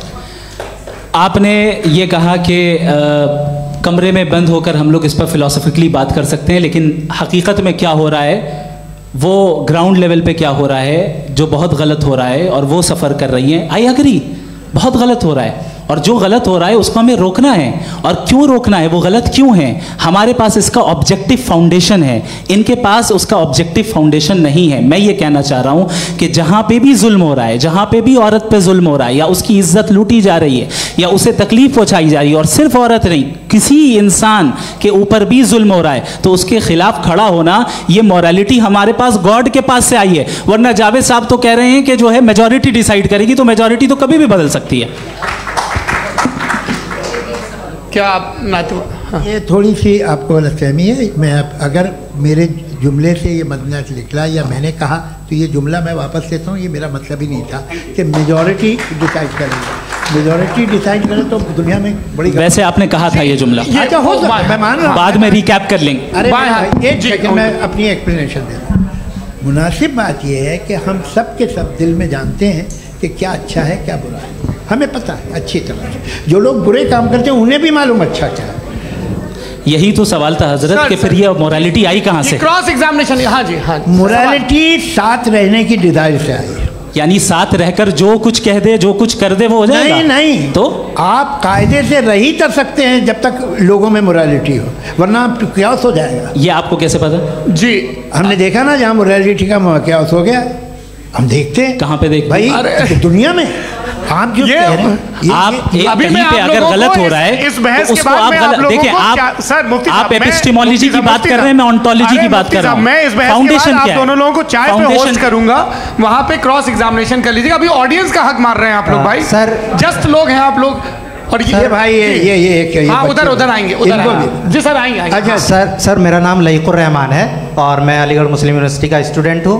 और जहाँ तक मुझे पता है कि sir you are also product of Aligarh Muslim University. मैं भी उसी चमन का बुलबुल। हाँ सर, तो बड़ी खुशी हुई मुझे जान करके कि मैं आपसे मिलूँगा। सर मेरा सवाल ये है, सर सैयद अलैहिर्रहमा का नज़रिया ये था कि खुदा के वजूद को अक़ल के दायरे में रह कर के तलाश करना, न कि पूरी तौर से उसका इनकार कर देना।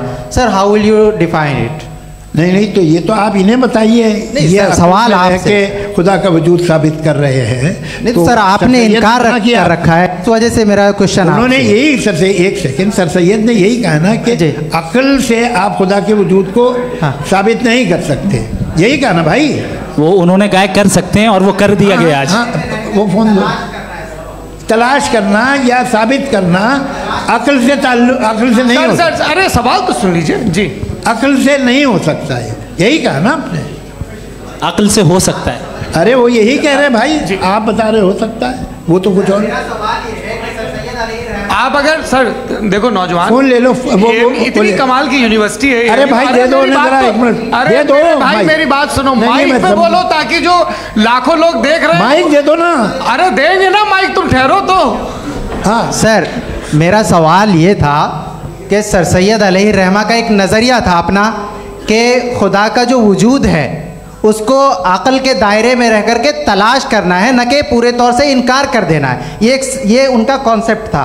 लेकिन मेरा सवाल ये है कि आप इसको कैसे डिफाइन करते हैं, एक्सप्लेन कैसे करेंगे? मैं आपसे जानना चाहता हूँ, चूँकि you are the product of Aligarh Muslim University. मुझे अक़ल के दायरे में रख के मैंने बहुत तलाश की, मुझे मिला नहीं। हाँ ये इधर वो चश्मा लगाए जो, हाँ उनको दे दीजिए। जी जी फटाफट पूछिए, बस 5 मिनट है, 5 मिनट में खत्म हो रहा है। हाँ अस्सलाम वालेकुम मुफ्ती साहब। एंड मेरा सवाल जावेद अख्तर साहब से। क्या नाम है आपका? अरे भैया सब मुझे पूछ रहे हो।